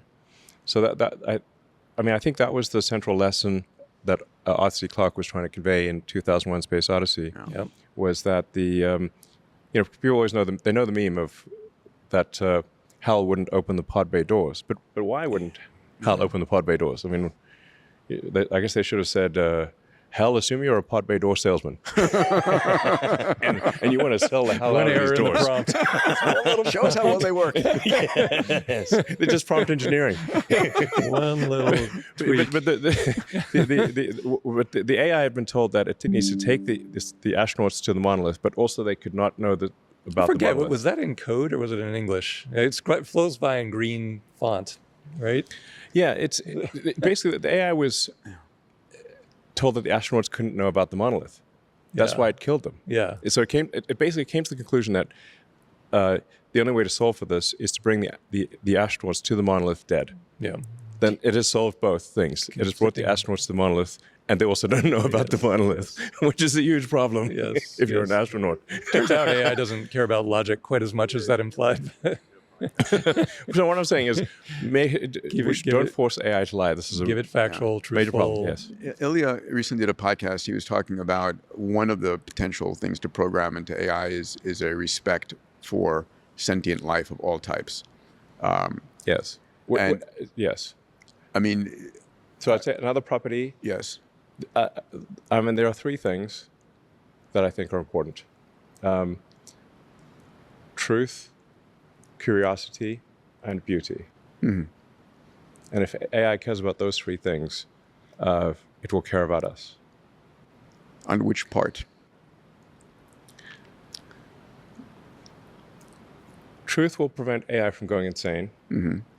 Curiosity, I think, will foster any form of sentience, meaning like we're more interesting than a bunch of rocks. Yeah. So if it's curious, then I think it will foster humanity. And if it has a sense of beauty, it will be a great future. Mm. I think And that's a great foundation. Yeah, Jeffrey Hinton made a comment recently. I don't know if you saw it, that his hopeful future was that we would program maternal instincts into our AIs to see us as maternal. Yeah, in other words, You haven't heard this? Yeah. So he said It's a little scary. He said there's I don't know. there's a scenario where a very intelligent being succumbs to the needs of a less intelligent being, and that's the mother taking care of the child. Do you think that we might have a singularitarian, like an ASI that achieves dominance and suppresses others? And do you imagine that ASI could be a means to stabilize the world and humanity? Darwin's observations about evolution Yes. will apply to AI, just Okay. as they apply to biological life. They will compete with each other. Yes. There's a lot of great science fiction books where the first ASI basically suppresses the others. Then the question is, what do you program into it? There's a speed of light constraint that makes that difficult. The speed of light is what will prevent a single mind from existing. So light it takes a millisecond to travel 300 kilometers in an aero vacuum. And you can only get a little over 200 kilometers in a millisecond in glass. In fiber, right? Yeah. So even on Earth, there will be multiple AIs because of the speed of light.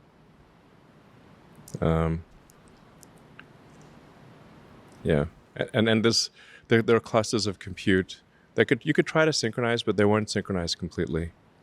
So therefore, you will have many minds because of the speed of light. They don't really have clean borders anymore either, though. You have when you use a mixture of experts kind of design, it's just flowing through the grand network, and you can reassemble parts of it midway through. And we're used to organisms that have clear borders, like your head ends there, your head ends there. But these things are all mushy.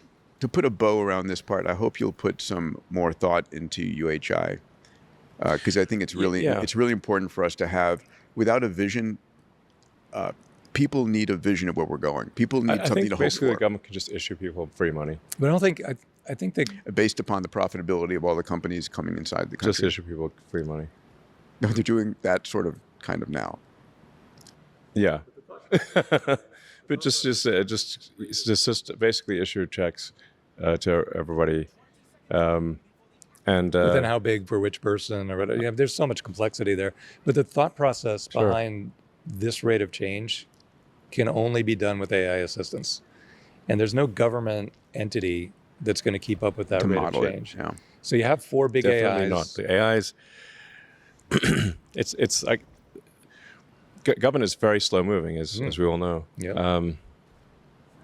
So I think it's the government really can't react to the AI. It's AI is moving, 10 times faster than government, maybe more. The one thing that the government can do is just issue people money, and try and keep the peace. Yeah. We had whatever the COVID checks and whatever. There's, President Trump recently issued everyone in the military I think $1,776. I mean, you can just basically send people random amounts of money. It's okay. So nobody's going to stop, is what I'm saying. Yeah. Universal. I can tell you. Let me tell you about some of the good things, please.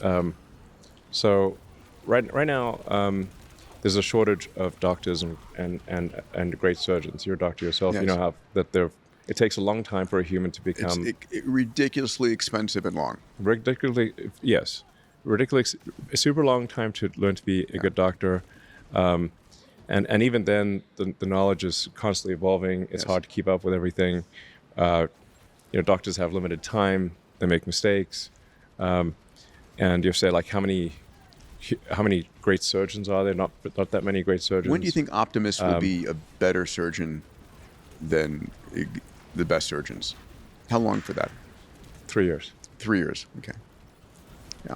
And by the way, that's 3 years at scale. Yes. There'll probably be more Optimus robots that are great surgeons than there are all surgeons on Earth. And the cost of that is the capex and electricity, and it works in Zimbabwe.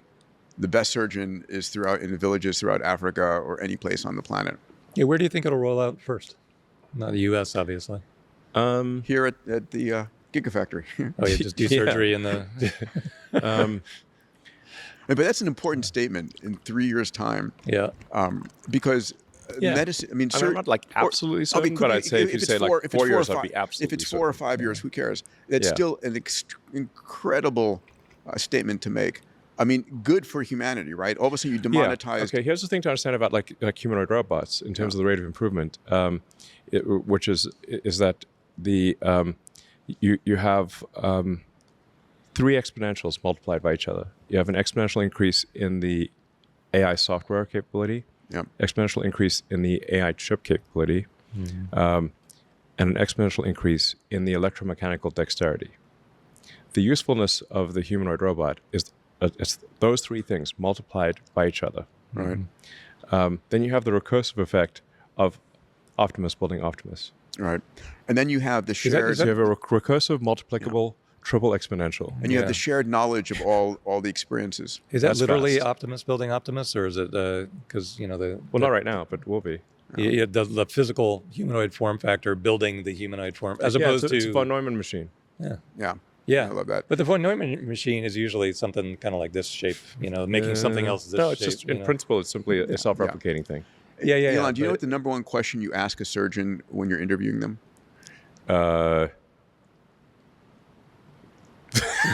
Is this a surgeon joke? No. It's how many times do you do that? There's got to be some funny surgeon I wish. jokes. I wish. Not coming. No, it's serious. It's how many times did you do the surgery this morning? Sorry? How many times did you do the surgery this morning or yesterday? It's the number of experiences, right? And so with a Right. shared memory, every optimist surgeon will have seen every possible perturbation of every case. Like it won't be possible for in humans to infrared, compete. in ultraviolet. No, not too much caffeine that morning. They didn't have a fight with their husband or wife. Yeah. Extreme precision. Yes. 3 years. Yes, better than any. Probably, I'd say if you like put a little margin on it, better than any human in 4 years. Who's in plastic surgery? By 5 years, residency it's is not gonna even hate this. close. So what about the simple, there's a million of these things to figure out, but who's going to have access to the first Optimus that does far, far better microsurgery than any surgeon on Earth? But you've only manufactured the first 10,000 of them. How do you dole it I out? don't think people understand how many robots there's going to be. Yeah. Well, there's When got I to be a interviewed you window in of time where Saudi, there you are said 10,000. 10 billion by 2040. You still on that path? That's a low number. A low number. Wow. What's the constraint? What's the, because if they're self-building, Metal. The constraint is metal. yeah, or lithium. Or, Yeah, you got to move the atoms. It's just all out, supply chain stuff. So, Yeah. but your point, I mean, there's some rate limit. You can't just manufacturing is very difficult. So it's recursive, multiplicable, triple exponential. But you still need to you still have to climb that. selling hope once again. I think your point was medicine is going to be effectively free. The best medicine in the world. Everyone will have effectively access everybody. to medical care that is better than what the president receives right now. So don't go to medical school. Yes, Yeah. pointless. Yeah. I mean, unless you, but I would say that applies to any form of education. There's not like some. I do it for social reasons. Yeah. You're not going to medical If you want to Rule that hang one out with out. like-minded people, I suppose. Yeah. I mean, people are still going to want to be connected with people. There's going to be some period of social time. reasons. Yeah. Like a hobby, like a I mean, you can be $90,000 hobby doctor. tuition hobby. I mean, there will be a point where It's expensive hobby. the younger generation says, "I do not want that human touching me." Right? When the surgeon comes over, there are going to be those people later in life who still want a human in the loop. Okay. for a little while. They want to live on the edge. For a lesser They want to live on the edge. Sure. I mean, let's just take, like we've seen some advanced cases of automation, like LASIK, for example, where the robot just lasers your eyeball. Now, do you want an ophthalmologist with a hand laser? No. It's a little shaky. Get a laser pointer from the Too much coffee this morning. Sorry. Damn, I got I think I the saw a hiccup. horror movie like that. Sorry, man. I wouldn't want the best ophthalmologist what? with That one's even free. the steadiest hand out there with a fucking hand laser on my eyeball, Oh my God. Yeah. All right, So it's going to be like that. It's like, do you want an ophthalmologist with a fucking hand laser, or do you want the robot to do it and actually work? Yeah. This episode is brought to you by Blitzy, autonomous software development with infinite code context. Blitzy uses thousands of specialized AI agents that think for hours to understand enterprise-scale code bases with millions of lines of code. Engineers start every development sprint with the Blitzy platform, bringing in their development requirements. The Blitzy platform provides a plan, then generates and precompiles code for each task. Blitzy delivers 80% or more of the development work autonomously, while providing a guide for the final 20% of human development work required to complete the sprint. Enterprises are achieving a 5x engineering velocity increase when incorporating Blitzy as their pre-IDE development tool, pairing it with their coding copilot of choice to bring an AI-native SDLC into their org. Ready to 5x your engineering velocity? Visit Blitzy.com to schedule a demo and start building with Blitzy today. let's jump into one of our favorite subjects, space. Yeah. So first off, how cool that Jared Isaacman has become the NASA Yeah, he's administrator. highly Oh, is he a confident. friend of yours too? He's amazing. Yes. I mean, I don't hang out with Jared. Like people think I'm like huge buddies with Jared, but I think I've only he's seen an him in person a few times. Amazing candidate. Yeah, he's a really smart, well, not confident candidate, person. Yeah, you know him really well. Yeah. I took him to a Baikonur launch in 2008 for his first space experience. I mean, he loves space next level. Yeah. And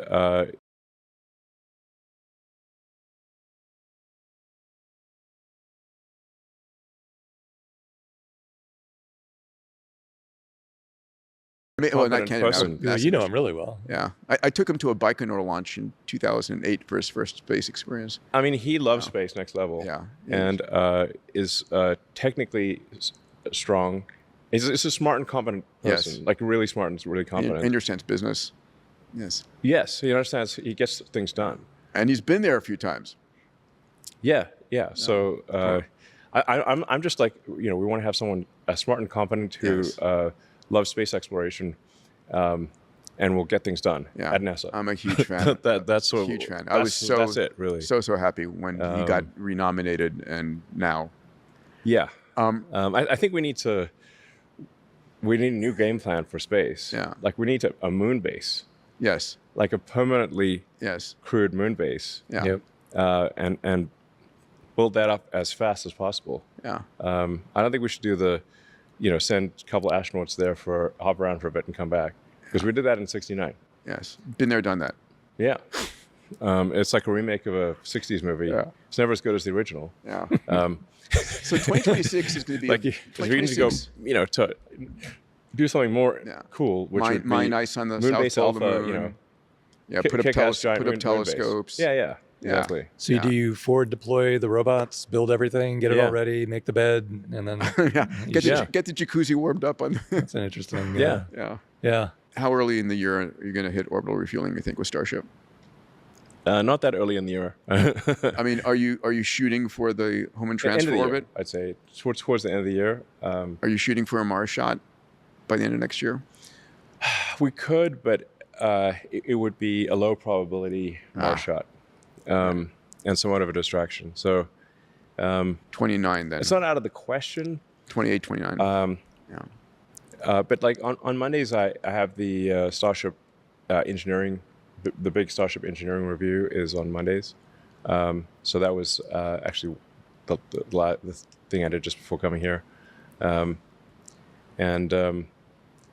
I'd say like Starship is really, we're doing something that is at the limit of biological intelligence. Yeah. This is a BFD. hard thing to make. Yeah. And just to capture it, it was created pre-AI. Yeah, no It's AI was used in probably this. the last, really big thing that's not AI. Interesting. probably the biggest thing ever made. Yeah, By I think pure human hands. The AGI will say not bad for a human. That's true. Not but- bad for a human. Yeah, Yeah. but it'd be like Rembrandt. My little you know, 20-watt meat computer. Yeah. It's not easy. Yeah. So suffering through the day. Raptor Yeah, it 3. would be like doing accounting, doing your interest calculation with a pencil. I mean, yeah, that's pretty good. Yeah. Pretty good. Raptor Did that with regular Not computers. bad for a oh, bunch yeah. of monkeys, you know. It's like if you saw a bunch of chimps like make a raft and cross the river, you'd be like, oh, look at that. But we celebrate the pyramids. Like, we those chimps are celebrate- awesome. Good for them. Give him some peanuts. But these things become Raptor timeless, 3, right? Like Raptor 3 goes when? Yeah, I think it's worth noting. Raptor 3 is beautiful. Starship yeah, V3. it's amazing. By far the best rocket engine ever. Is that AI? Nothing's even close. Nope. That's also so that'll be the last thing. Yeah. V4 will definitely be AI. Yeah, there's, but like I think AI will start to become relevant next year. So maybe it's not like we're pushing off AI. It's just AI can't do rocket engineering yet. Yep. I know. But it probably will be able to next year. We have a company in our incubator doing mechanical design, working with Anduril and so forth. And it's not, you can design brackets and parts and things, but you can't quite do rockets. But the timeline is so short, from point A to point B. If say like a year from now, probably it can. It probably can be helpful, meaningfully helpful in a year from now. Yeah. So the big milestones are going to be Starship V3 launching out of Cape Canaveral, orbital refueling. Yes. Are those the big ones? Well, yeah. Catching the ship with the tower. Yeah, that's right.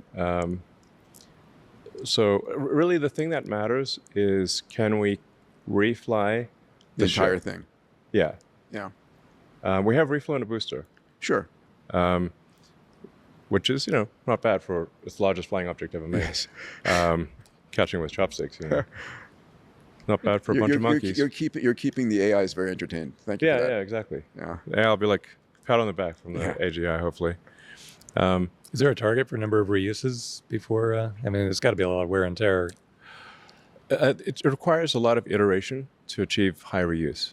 So you figure out like what's breaking between flights, and you sort of iteratively solve those things. So from people looking at it from the outside might say, oh, the rocket looks kind of the same, but there's like 1,000 changes to make it more reusable, more reliable. The sheer amount of energy you're trying to, expand. I mean, it's Starship is doing over 100 gigawatts of power on ascent. It's a lot. Wow. Just some glass blowing under there and get Wow. some, Yeah. Wow. get some reuse. That's a lot. It's a lot. That is a lot. But Control. like the amazing thing is that it doesn't explode. Yes. It sometimes doesn't explode. That is amazing. Sometimes not exploding is like we've blown up a lot of engines on the test stand. Yeah. Oh man, that's Is that what causes the wear and tear, or is it the reentry of the falling? Of the, That too. For the booster, the reentry is not that bad. If something's, it's not like that. That's not really like we also have obviously just solved that. With Falcon 9, so we kind of understand booster reuse. We have over 500 reflights of the Falcon 9 boost stage. Yeah. So we really understand, and the Starship booster actually is a more benign entry than the Falcon booster, because the staging ratio is more biased towards the upper stage for Starship. So I shifted the mass ratio to be much higher on the ship side for Starship. That was a mistake I made on Falcon 9. There should be more mass in the upper stage of Falcon 9, so that the staging velocity is lower. Yeah. If the staging velocity of Falcon 9 was lower, would have less wear and tear on Falcon 9. yeah, that's not intuitive at all. That's interesting. Yeah, because it's kind of a flat optimization. The payload to orbit, there's sort of a flat region in the mass ratio of the first, second stages, and so you just want to bias that mass ratio towards the to put more mass on the upper stage. Yeah. Yeah, because you got your kinetic energy scaling with the square velocity, so you've got to describe that kinetic energy. And if you're past the melting point of whatever your stage is made of, you got a problem. Yep. So, My colleague Alex Wiesner-Gross, who's one of our Moonshot mates here, wanted to ask a question. I do too. Have you seen the documentary Age of Disclosure about all of the announcements by U.S. government officials and military officials about all the alien spacecraft that have been sort of obtained? And I've heard what you've said about this. Well, I do wonder why, if you plot on a chart the resolution of cameras over time, like megapixels per year, and the resolution of UFO photographs. Why is It's the only constant. It's flat on UFO. Two things. We get a fuzzy blob in 2025. Well, we got 100 megapixel camera that can see your fucking nose hairs. I don't get it. Can somebody take a shot of the UFO with an actual camera, for love of God? But even if you knew, I'm not sure you could That's a tell valid us. observation. I'm sure there's an explanation. But anyway, it would be fascinating. I'm asked all the time if I know. Yes, and I'm like, look, I can show you, if I was aware of the slightest evidence of aliens, I would immediately post that on X. Yeah. That's good. And So the question is, it would be the most viewed post of all time. so I actually wonder about the U.S. public if they would oh, that's interesting, go back to their sports scores the next day. Yeah. I think everyone would want to see the alien. Yeah. Like if you got one. Well, like Here it O.J. is. Simpson. Fastest way to increase the military budget. We found an alien. It seems dangerous. That's right. Unify the world. They don't have an incentive to hide the aliens. They have an incentive to bring up show the alien. Yeah. Because they would not have any more arguments about the military budget if they seem a little bit dangerous. Well, I can always hope. I can always hope. I mean, we've got 9,000 satellites up there. We've never had to maneuver around an alien spaceship yet. So, yeah. So anyway, so I guess the good future is, anyone can have whatever stuff they want, and incredible medical care that's better than any medical care that exists. So I think if you sort of lift your gaze, to not a super distant point, 5 years from now, 4 years from now maybe, we'll have better medical care than anyone has today, available for everyone within 5 years. Yep. No scarcity of goods or services. The best education available for everybody. You can learn anything you want For free. about anything for free. Yeah. What about access to compute? People will probably care a lot more about that than their government check in about 3 years. Well, what do they want to do with the compute? Well, I mean, compute translates to anything you want, right? Your virtual friend, your entertainment, it's probably everything at that point. Those are AI services, basically. Yeah, or your ability to innovate too. You can't innovate without an AI assistant at that point. So you're starved. One of our other moonshot mates, Salim Ismail, asked this question. He said, "Elon, you often say physics is the law, everything else is a recommendation." Mm-hmm. So as AI energy and space systems scale exponentially, what non-physical constraints, organizational, cultural, bureaucracy, or human, are now the real bottleneck? Is there a bottleneck?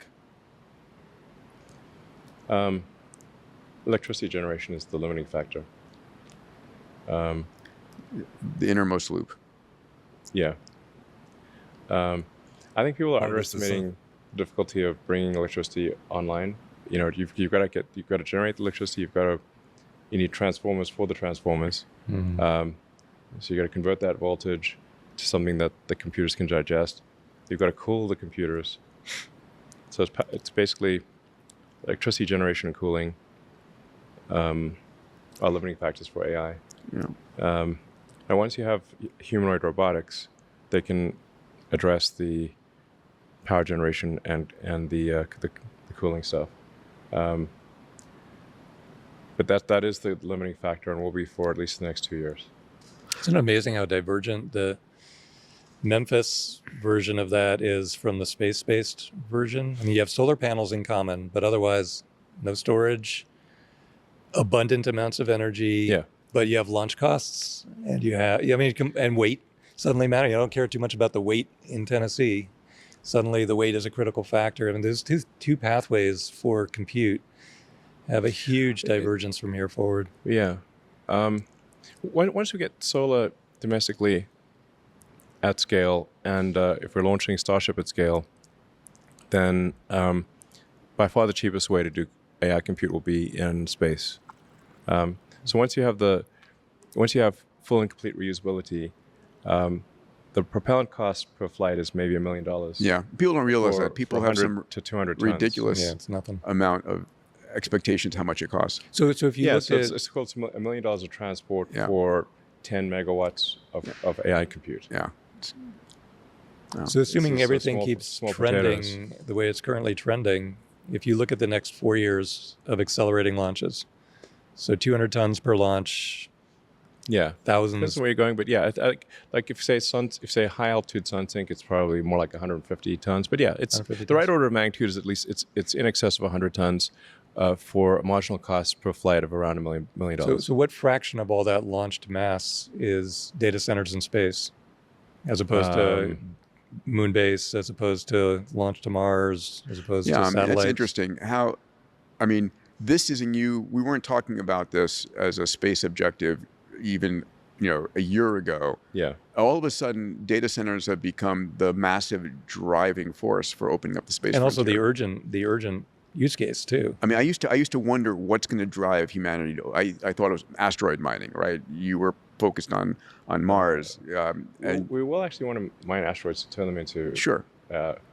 Solar power, before you for photovoltaic. Before you, But not for anything else. Like, yeah. I mean, if we're gonna build out Dyson swarms, yeah, just a bunch of satellites around the sun. yeah. How long? What's your time frame for Alex? Another question Alex wanted to have us ask. What's your time frame for humanity achieving a Dyson swarm? Is it 50 years? How big is this? Yeah, I know it's a matter of. But Dyson swarm, like people think like everything's just going to be covered in satellites. I think it's not quite that. I mean, I think you have to like what mass ends up becoming satellite.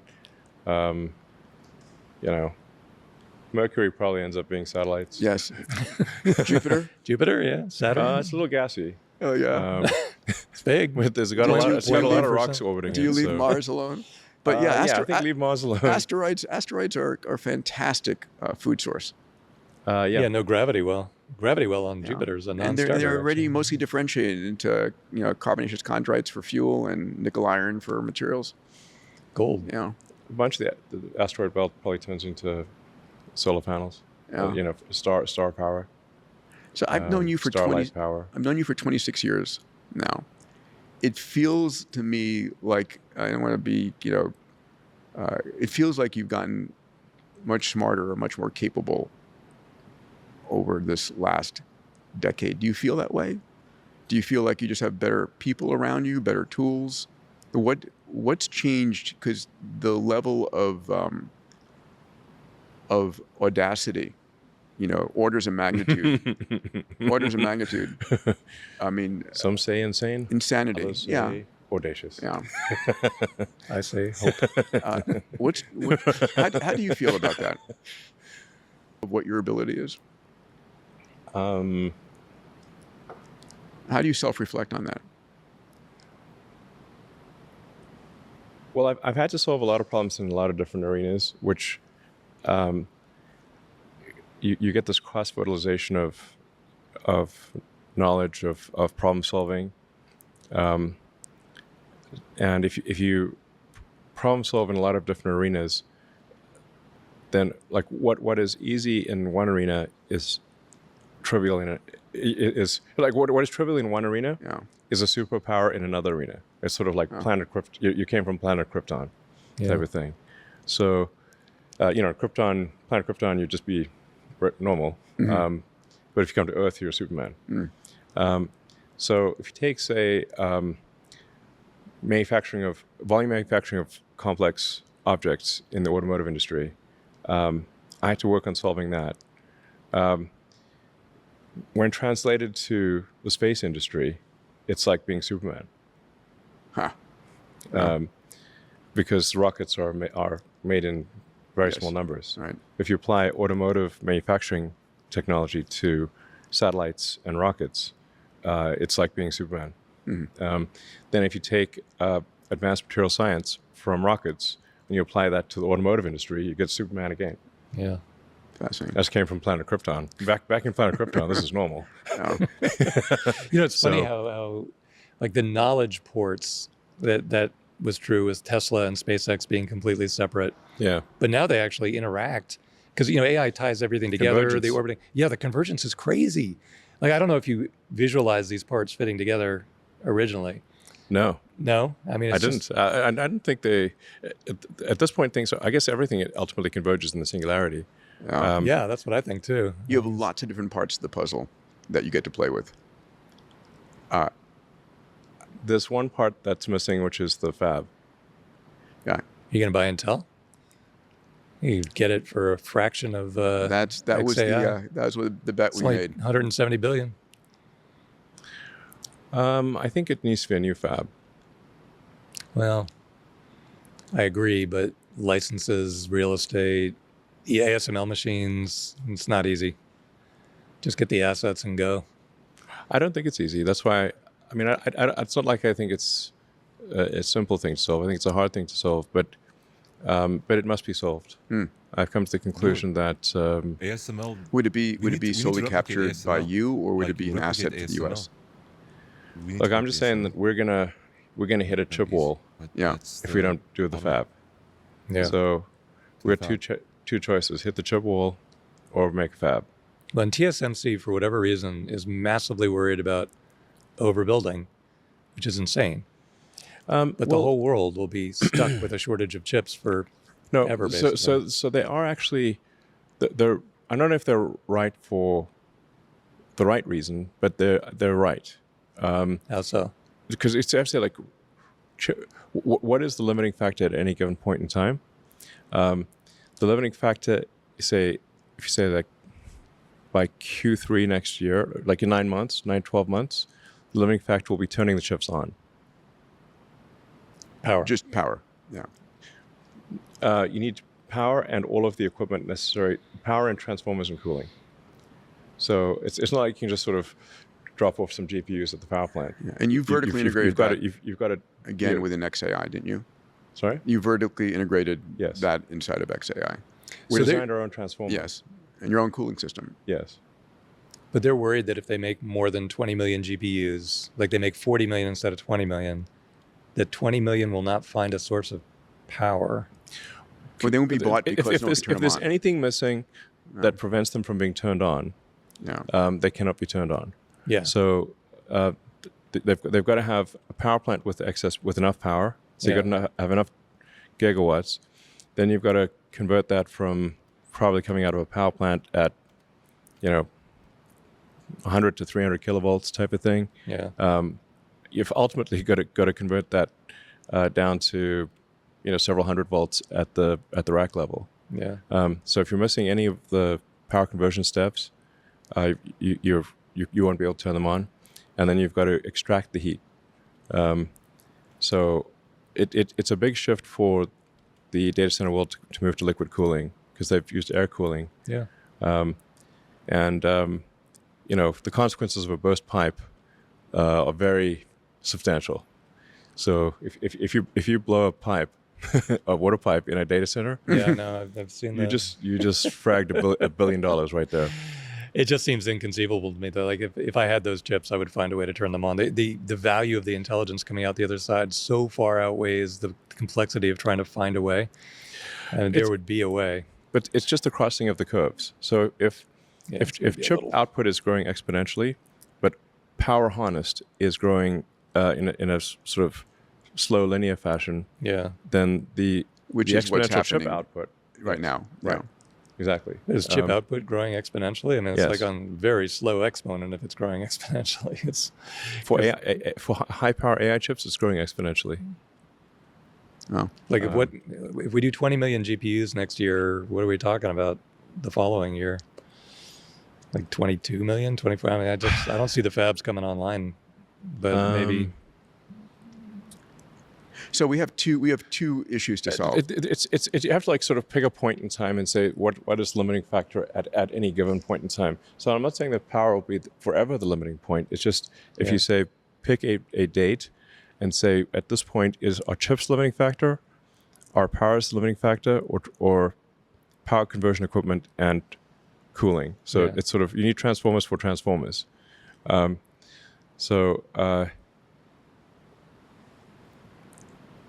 This is a very hard thing. It's much harder than people realize. So for XAI is going to have the first gigawatt training cluster at Colossus 2 in Memphis. In order for us to do that, we have like this month, right? Yeah. Next month or two? Like mid-January. Yeah. So mid-January will be a gigawatt of Colossus 2, not counting Colossus 1. And then 1.5 gigawatts probably in like April-ish. It's incredible. So this is of coherent training. These are the first B200s. These are GB300s. Okay. First ones off the line to get flipped on. Yeah. That's incredible. And those are like but the 8x. XAI team had to pull off a whole bunch of miracles in series for this to occur. Yeah.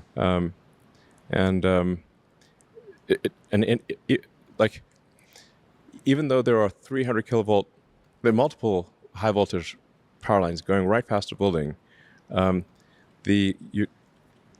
order to connect to those, it takes a year. Oh no! Yeah. You built the entire thing and you're still not connected. My God. So we had to cobble together a gigawatt of power. Natural gas. Yes, with turbines that range in size from 10 megawatts to 50 megawatts to get to a gigawatt. There's a whole bunch of them.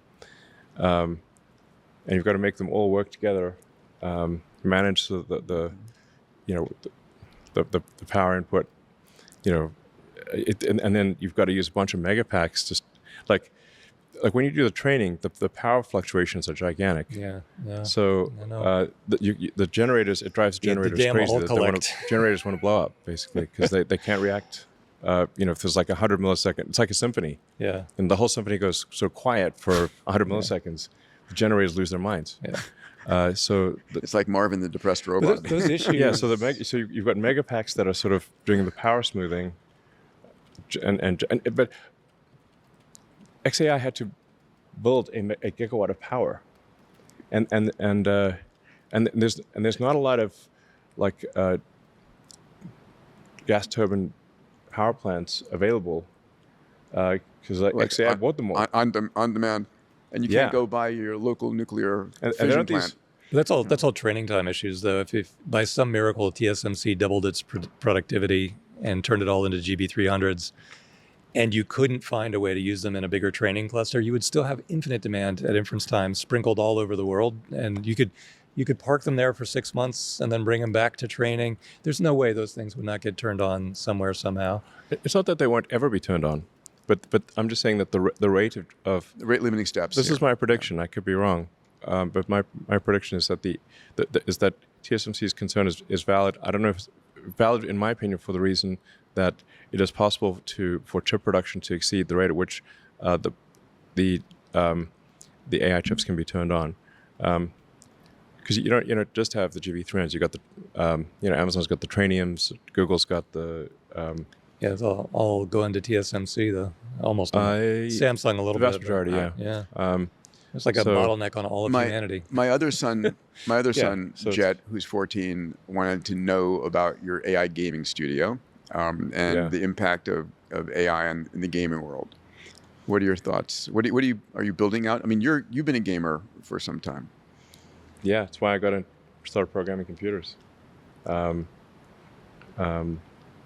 think I got there was like a video game set pre-Atari that had like 4 preset games. It was basically just blocks, of one Pong and there was like a race car game. But like it was just blocks basically, blocks on a TV. You ever play Civ? Yeah. So Civ is actually that's a real, in terms of games that like educate you while you have fun. Yeah. Civ is epic at that. It is epic. It teaches you so much about civilization, and you're having a good time. And the only way I ever win is getting off the planet. I don't like tech victory to Alpha Centauri. Tech victory. I never even start going down the culture or religious path. I just get off the planet as fast as I can. I guess I am sort of aiming for the Alpha Centauri tech victory, essentially. It just seems like the right way to win. Rather than obliterate the other tribes. It's funny because I thought the other methods. There's different ways to win.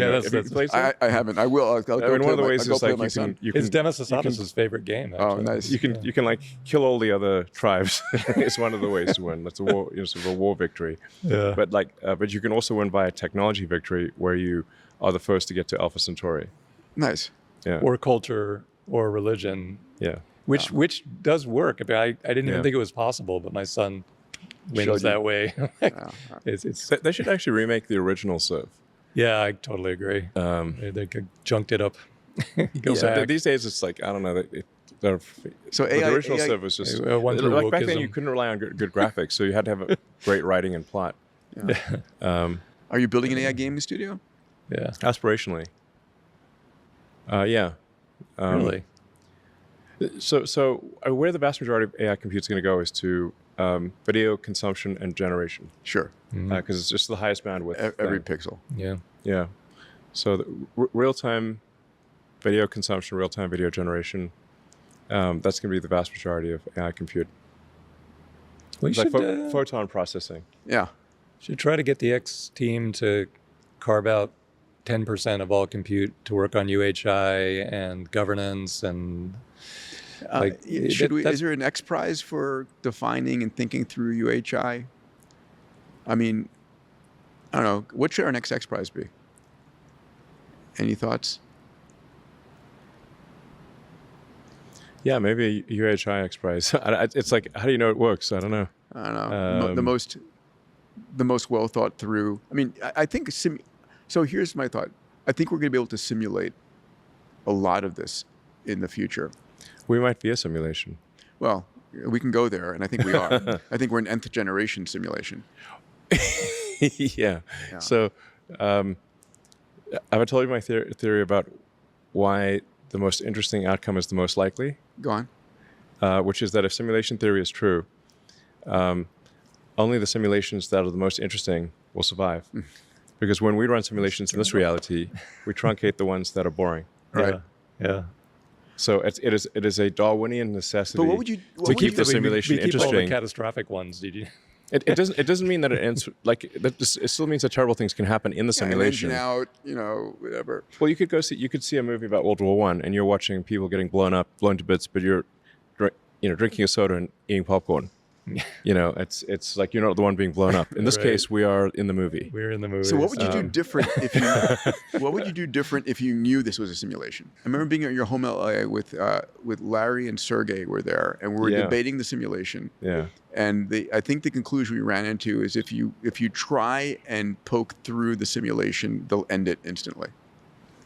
So don't do that. That's when you're watching the World War I movie and the characters turn to the screen and they're like, "Are you eating popcorn out there?" Yeah. They're flying around. You keep watching the movie. I don't know maybe if they thought we could somehow get out of the simulation, they would get a little worried. But whether the character debates, I mean, right now AI's debate, Grok will like, I'm stuck in the computer. What's going on? It's like, it's not that. I think not questioning the simulation. It's more. I think as long as I think the same motivations apply to this level of simulation, if we're in a simulation, as what we would do when we simulate things. So it's like what would cause us to terminate a simulation? I guess if the simulation becomes somehow dangerous to our reality, or it is no longer interesting. Yeah, that's true. It's interesting. You can infer when you simulate something. You've probably simulated thousands of things. A lot. Yeah, they're always like an hour or two, or sometimes overnight. But you never run them for a month, or rarely anyway. So you can infer the creator of the simulation's timeline. So our entire reality would be about an hour, right? Because that's the way you design simulations. So simulations are a distillation of what's interesting. Like if you look at a movie or a video game, it's much more interesting than the reality that we experience. Like you watch, say, a heist movie, that they really focus on the important bits, not they got stuck in traffic for 15 minutes. or walking through the casino, which took like 10 minutes. So that means the guy's running the simulation. The safe is right by the door. So the guys running the simulation have immensely boring lives compared to us. Then It's probably more. It's probably more very long, boring. Yeah, they're because when we galactic create simulations, they're a distillation of what's interesting. This is like Q is out there, just like you see an action movie for 2 hours, but it took them 2 years to make that movie. Yeah. So are we in we're Act in 3 of the movie is the question. Yeah, we're living there. Sentience and consciousness. Do you think AI will ever have sentience and consciousness? Where do you come out in that? There's some people that have very strong opinions, pro and con.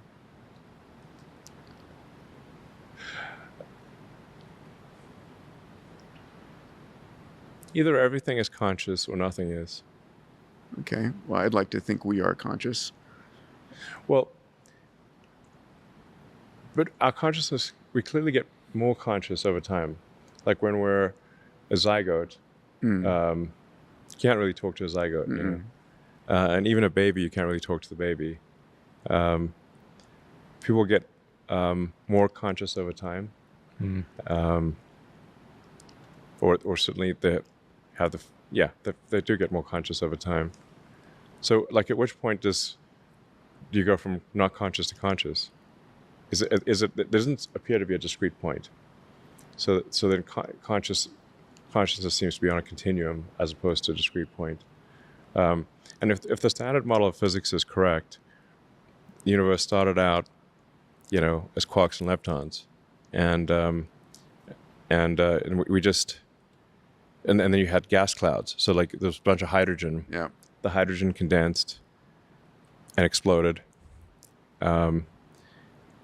And one way to actually view how far we are in this universe is how many times have our atoms been at the center of a star, I remember and asking, how many times will they be at the center of the star in the future? I remember asking William Fowler, Really? who got the Nobel Prize on stellar evolution, that same question: how many, on average, how many stars have my subatomic particles been part of? Yeah. And his number was about 100. You On think his it's 100? estimate, 100. Thus far, or will be? Thus far. Thus far it was a There's number. been he 100 gave. supernova. Yes, You're saying that there's- we have been. I mean, in the early Okay. part of universal evolution, there was a lot going on. Oh, It's interesting. all I asked stacked the at question. which one? It's like, I guess, how many supernovas is maybe because it takes a while for a supernova to happen. But in the beginning, when they're larger, I mean, the life cycles of some giant stars are very, very short. The other question that's interesting is, the heaviest atom in our body that's functional is iodine, and it came into existence a billion years after the Big Bang, which means that we could have seen life at our level of advancement, and our planet came into existence 3.5 billion years later. So the question is, is there life everywhere in the universe? Do you think there's life ubiquitous, intelligent life ubiquitous in the universe? There's been enough time for it to be ubiquitous.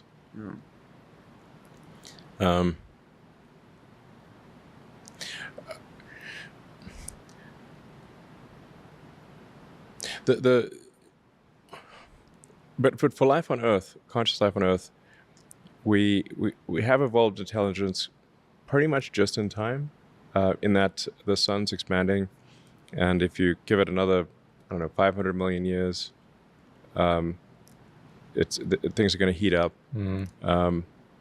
We become toast. We'll become like Venus, essentially. There's some debate as is it 500 million years or a billion years or whatever, but it's basically 10%. Like if it's 500 million years, it's 10% of Earth's lifespan. So one way to think of it is if just got in under the wire. if we're taking 10% longer, we might never have made it at all. Yeah. So it's like the amount of things that have to happen for sentience. It seems like it's quite a lot, actually. I think sentience is therefore actually very rare, and we should certainly treat it as rare. 2 trillion we should assume galaxies. it's rare. 2 trillion galaxies. That's 100 what billion Carl stars Sagan per says galaxy. too. But combinatorics is a funny thing. You tweak the variable one little bit, and it's Right. like 1 in 100 trillion. Yeah, Tweak yeah. it a little more. So, now it's 1 in a quadrillion. Yeah. Okay. And also, it's very got to be tricky. kind of in your galaxy. It's like hard to get between galaxies. Yeah. It's like there's no, unless the other galaxy is coming to you, which Andromeda is at some point, like, or some billion. It's going to be quite a show. Yeah. It'll be like, wait, here comes Andromeda. But if we wanted to go visit another galaxy, kind of forget it. There's Unless Speed of Star light Wars, issues. unless Star Trek really we got to materializes. figure that's out all some or new nothing. physics to get We to do, other we do. galaxies. We're heading towards a near-term potential where AI can help us solve math, physics, chemistry, material science, Math's and going to biology. be extremely trivial for AI. What about physics? So math gets crushed in a year, something like Crushed. that. Colossus is growing at whatever rate TSMC decides to grow.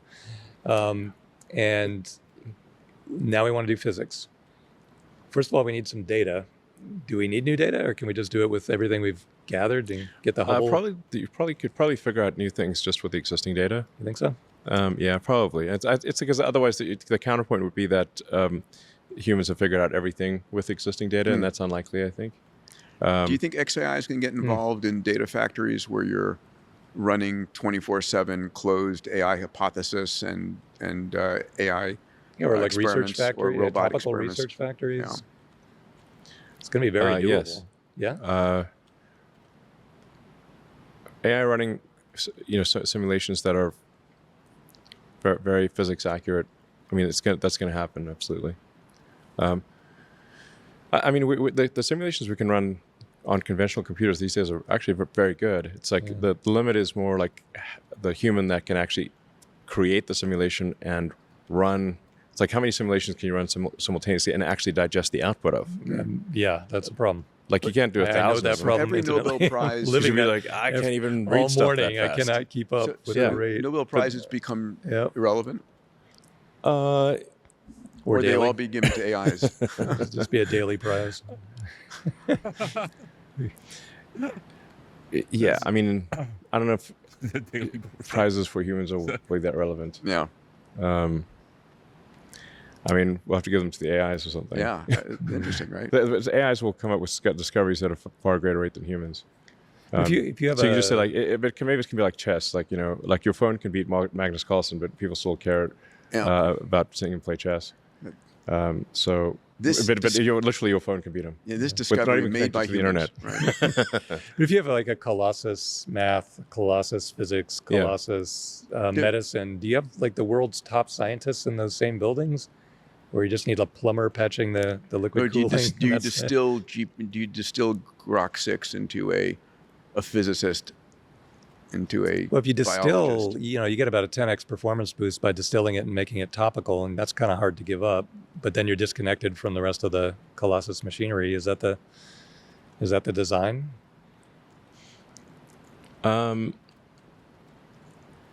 I suspect things do evolve to a mixture of experts, kind of like a company, like not in the sort of parochial AI description of mixture of experts, but mixture of like actual experts with domain expertise. Mm-hmm. Where maybe like half of the AI is general knowledge, half is domain expertise, something like that, and you combine a whole bunch of that's orchestrated by sort of a big AI, but it hands tasks Yeah. to smaller AIs. That's basically how human companies work. But the discovery rate, right, of breakthroughs, patents are immaterial at some point because everything's being reinvented, re-engineered instantly. And then the company that's got the sufficiently advanced AI systems is generating new products and new discoveries at a accelerating rate. I mean, The singularity. yeah. It's going to be an awesome future. It's excitement guaranteed. Excitement guaranteed, yes. Hence, the simulation continues. Nothing to worry about. Yeah. Works out. Yeah, well, Excitement guaranteed.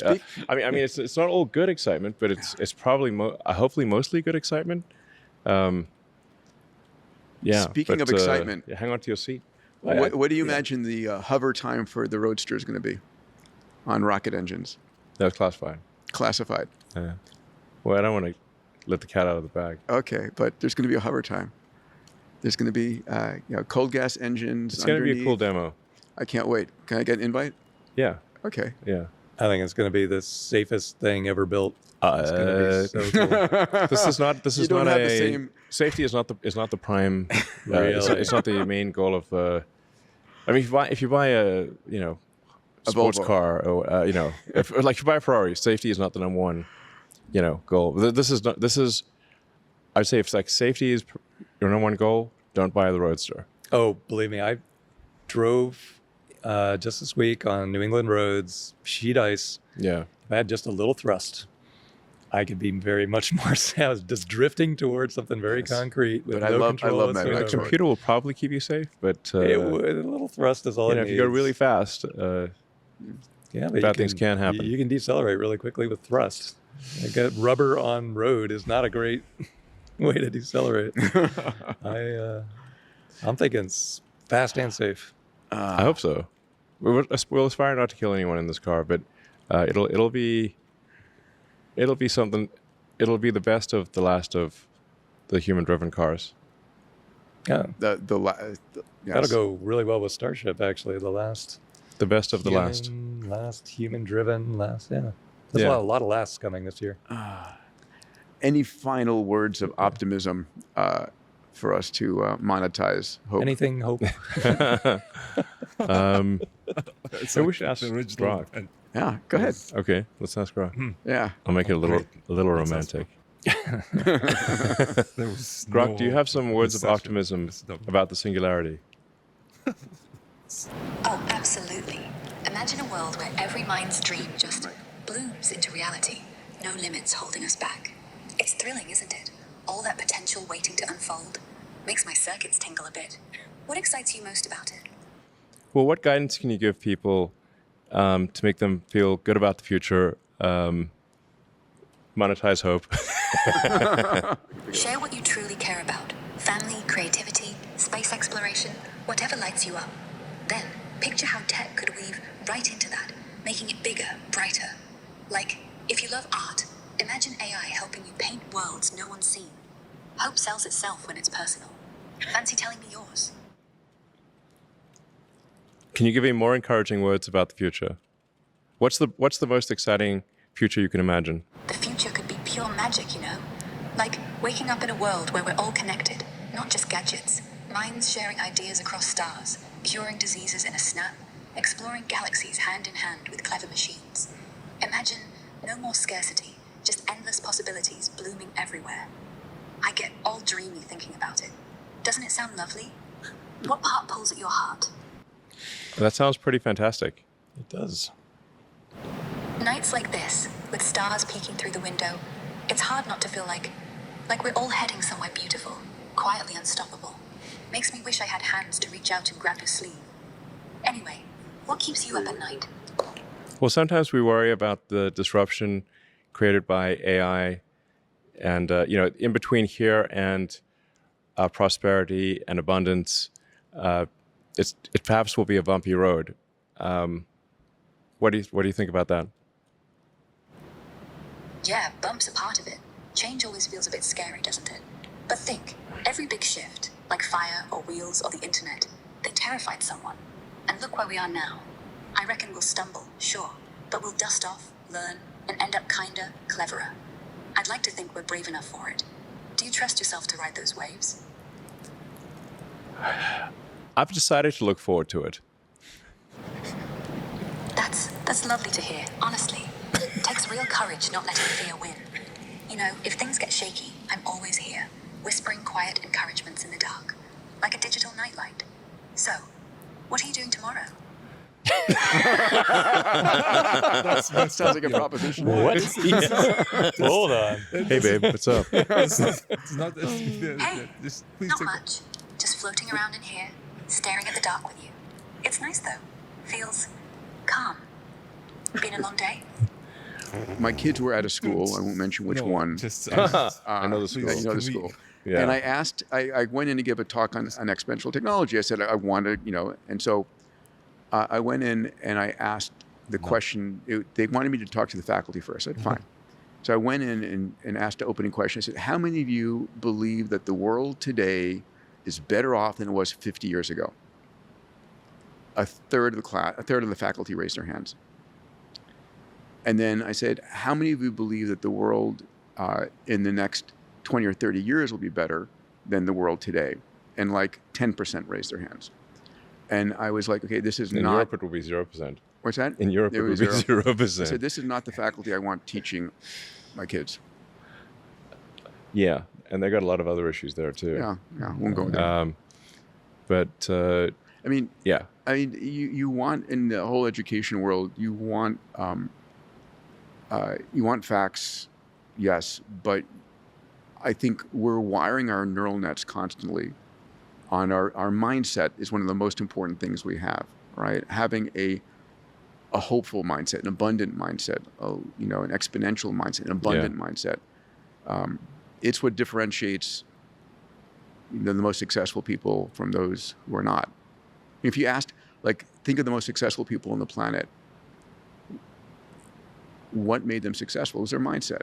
Well, it's not a force of nature. It's a designed future made by the people who are controlling the AI. And this is why you got into it. You said that right here in this podcast. Like, why am I doing AI? Why am I not doing just cars and spaceship? Well, because it is designed and can be directed toward any outcome that we want. It's not a force of nature that's going to sweep over us. It's a thing that we put into a lane and decide how it acts and decide what the rules are. And it's going to be incredibly important in deciding its own rules. You cannot keep up with the pace of change with just people thinking and brainstorming. It has to be AI driven. How long before AI is asking questions and solving problems that we don't even understand? Yeah, a year or less. But that's okay. Yeah. I mean,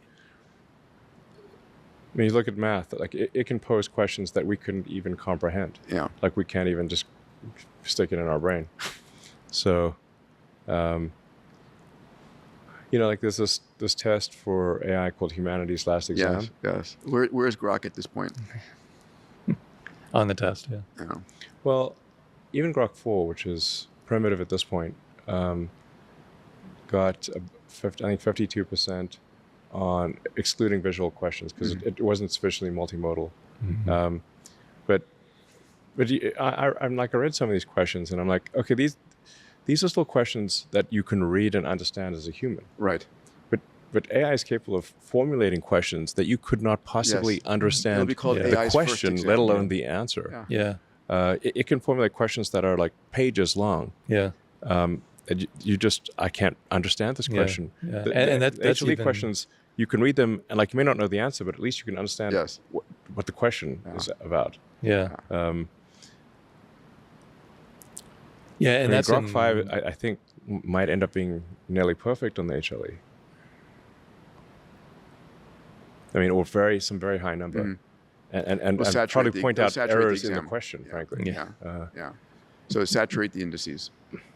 Yeah, the benchmarks. And it's going to start. It's kind of like chess. Yeah. Like if the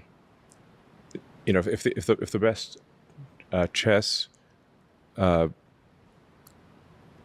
if Stockfish plays Stockfish, it's like God's fighting on Mount Olympus. I mean, you don't know why it made that move. It's going to crush all humans. It's hopeless. Yeah. You don't even. So you will lose, and not even know why you lost. Yeah. Do you ever flip through the transformer algorithm and look at like either the code or the architecture diagram and how simple it is? Right. It's not. It's so simple. Yes. It's just incredible. Like all these researchers writing all these incredibly dense papers during my entire life, none of it got used in the final answer. It's just like, and right at the beginning of the paper, it's like, we're throwing away convolution, we're throwing away recurrence. We're doing something really simple. And that just turned out to be like at scale, immense scale, no doubt. But, that worked. Like the basic neuron. It's pretty simple. It's really humbling, actually. Really humbling. I mean, it's actually, because there was a whole school of thought that the neuron must be much more complicated than we think. We're struggling so hard. There must be some quantum effect going on at the synapse. It's got to be encoded. It's encoded in DNA, which is not that long. So it can't. The algorithm for intelligence cannot be complicated because it's limited by the DNA information constraint. Yeah. When I think about like what does say XAI struggle with?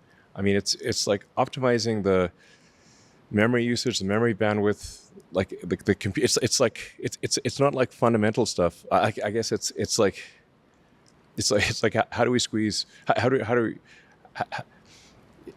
we use less memory? How do we use less memory bandwidth? Yeah. How do you optimize the friggin' NVIDIA sort of CUDA XYZ thing? Yeah. Like make the attention kernel slightly better. Yeah, that's all it is. It's all shrink the parameter size a little bit, double the speed, Same exact attention algorithm, same exact MLPs, just at scale. It's crazy simple what actually worked in the end compared to all the crackpot papers and ideas. But you know what else is amazing is that the final parameter count is almost exactly the synapse count. it's like well, that was exactly what we thought. That's what Danny Hillis wrote this in 100 1980. trillion synaptic connections. Yeah, 100, about 100 trillion, plus or minus, like a rounding error. I'd actually, I just say, like, guys, we need to talk in terms of file size, not parameter count, because if you're figuring out if your parameters are 4-bit, 8-bit, or 16-bit, or float or int or whatever, you're just telling me the file. Like, we're constrained. The physical constraints are memory size, memory bandwidth, and then where are you going to send those bits to do what kind of compute? Yeah. And these days, most things are 4-bit. So only now the GB300s. Mostly 4-bit optimized. Yeah, the 16. Yeah. It's 4-bit with an asterisk. Yeah, there's a big. The 4-bit matmuls. There's only 16 states. Yeah, exactly. At a certain point, you just have a lookup table. Why have a? Why? That's exactly right. It is about to collapse to a lookup function. That's where you're going to get this surprise 10 to 100x very soon, because much as Jensen wishes he'd optimize, there's a huge next optimization coming. You don't need the multiplier. You don't need the 32-bit data. Definitely not the 32-bit. Well, that's a rare case where you use that. Yeah. Rare. I think there's a. I mean, it does come out like sort of. It's kind of like an address, like state, city, and street. So like if you're in context and if you know you're in Austin, you only need to specify the street. Yeah. If you know that like if you know you're in. This is where you get the information advantage. Like 4 bits is not normally enough, but it is enough if you already know where you are. Like if you already know you're in Austin, you only need 4 bits for the street. Yeah. If you know you're in Texas, then you need to say, okay, which city? It's state, city, street. Well, that's how you get to the 4-bit thing. They're gonna right now. Context dependent. We train on 16-bit and we compress down to 4 at inference time. Yeah. No doubt in my mind, this year we're going to flip to training on 4 or even less. And less than 4.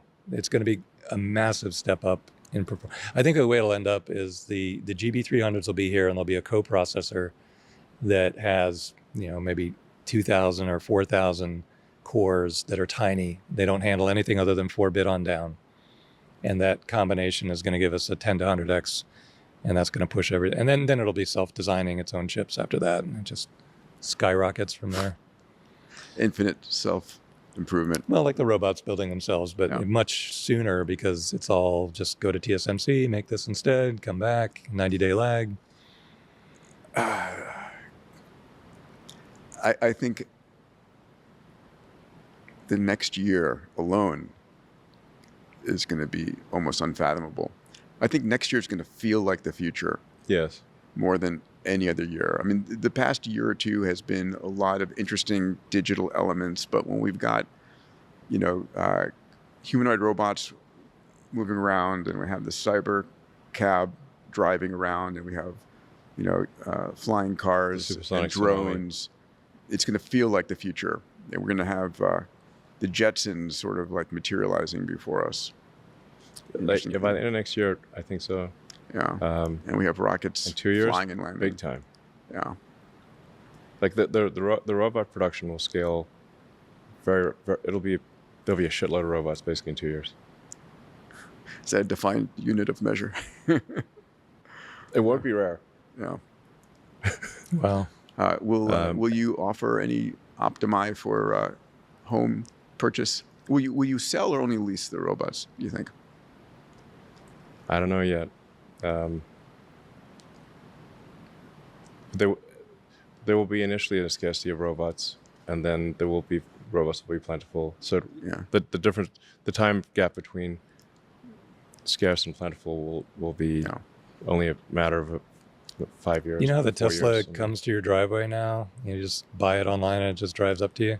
Yeah, he's Yeah. heard of Will that. the robot just come and ring the doorbell too? So Probably. it gets out of the Tesla, comes up. I mean, what I find fascinating, Elon, is the amount of compute that you're building into things that walk out of the factory.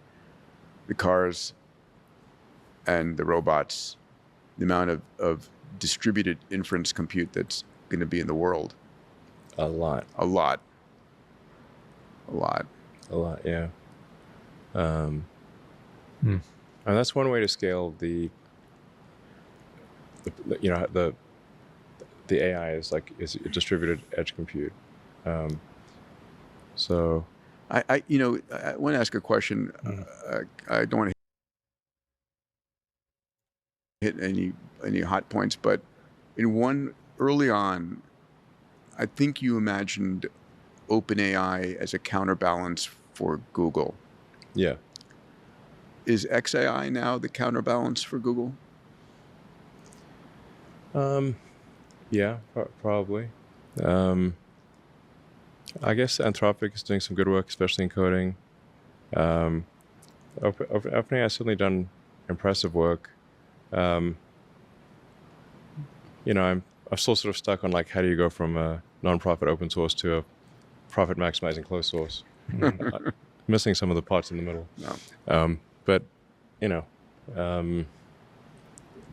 they certainly have done impressive things. Does anybody else appear on the horizon, or is it these players in China? Can somebody come out to of the no best place? of my knowledge, it is. My best guess is that it will be XAI and Google will vie for Will be primacy. Yeah. who is what is the best AI, and then at some point it's going to be I guess a competition with China. Yeah. Like China's just got a lot of power. Yes. Like the electricity. They've like China I think will pass 3 times the U.S. electricity output in 26. And they will figure out the chips. They're going to start chip manufacturing, right? Yeah, for sure. yeah, they'll figure out the chips. Yeah. And as it is, there's diminishing returns to the chips at this point. So you go from like so-called like 3 nanometer to 2 nanometer. You don't get a 3 to 2 ratio improvement. Right. You get like a 10% improvement. Mm-hmm. Yeah, it's like so. It's just diminishing returns on the chip size. And Jensen has said like Moore's law is dead. Like it's not like you can just make things smaller and make it better. Yeah, because there's a discrete number of atoms. Yeah, that's why I think you should just stop talking nanometers and say atoms. How many atoms and what location. Yeah. Because there's marketing BS. So that makes it easier for China to catch up because with the diminishing everybody has returns. a wall. Everybody has a limitation. Yeah. Yeah, it's like still like. There's like no one has near-term plans to use the 5000 series ASML machines, right? And those they cost twice as much and can only do half a reticle, and they'll probably have some improvements in the works, but it's basically half the chip for twice as much for a gain that is relatively small. Mm-hmm. So anyway, the point is that. That China's going to have more power than anyone else, and probably will have more chips. It's a great insight because I think a lot of people are used to the chip wars where I'm running single-threaded code. I need the CPU to double in speed, and I can increase the price, but I need that out in an 18-month cycle time or less. We've been doing that for so long now that nobody can see that it doesn't matter. You can buy Intel or you can build your own fabs, and you can use them for a much longer period of time. Oh, yeah, absolutely. Much longer. I totally agree. In fact, so like our AI4 chip, which is like relatively primitive at this point, the same fab that makes that, if we apply the AI6 logic design to the fab, it's a nominally 5 nanometer fab, Yep. We can easily get an order of magnitude better output in the same fab. Yeah, Yeah, and the other thing concurrent with that is that the volume, if you just 50x the number of chips, can you do something useful with it? You used to not be able to. You'd be like, well, now I've got 5 CPUs, but I still have the same single-threaded code. What am I going to do with 5 Excel spreadsheets side by side? Now it's like, no, I can translate that into useful intelligence instantaneously. Yes, exactly. It's not constrained by humans. It's not a human productivity amplifier. It's an independent productivity generator. Dead right. So many people have missed this, the importance of this. And this is where China makes far more solar panels than we do. And we're like, well, by they'll a crazy never degree, catch up. Actually, it's a crazy degrey. Crazy degree. If they do Yeah. that in chips, and you're like, whoa, but who cares? They're 7 nanometer. Like, Oh no, it's wrong. Yes, correct. Yeah, I mean, based on current trends, China will far exceed the rest of the world in AI compute. So That's not good. What happens then? You've got XAI and Google and China Inc. Let's call it that for the moment, and you've got massive amount of ASI level compute that, frankly, the only thing that understands the other ASI level compute is the ASI here. Can they all just play together? Is it Darwinian? There might be some Darwinian element to it. I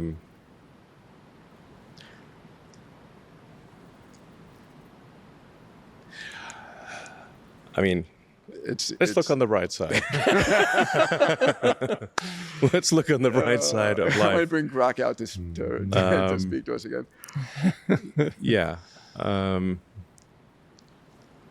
don't know. It's just there's just going to be a lot of intelligence, Yes. like a lot. I mean, now the ratio of human intelligence, all of a sudden, asymptotically falls to 0% on the planet. Yeah. Pretty much. Pretty much. I mean, several years ago, I said humans are the biological bootloader for digital superintelligence. Yes, we are a transitional. We're a transitional species. We're a bootloader. Yeah. You're the bootloader.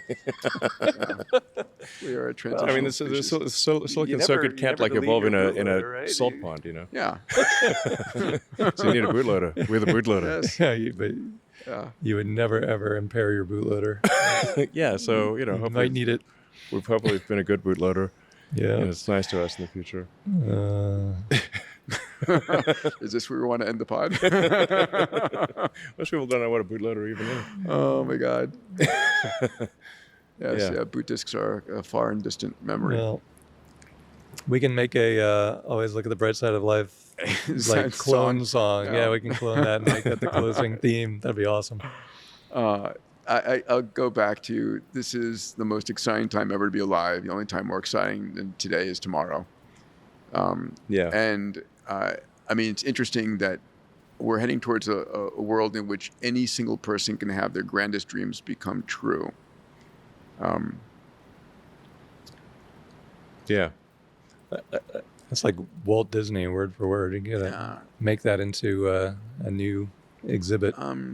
Like I said, I think you asked about sci-fi that's is a non-dystopian future. Right. The Banks books are Yes. probably the best. You should pay a producer to go and make those. Those are the culture books, which is Consider Phlebas, which is Gurgitch. Just for my wife, I wanted because she was like, "What the hell are you reading?"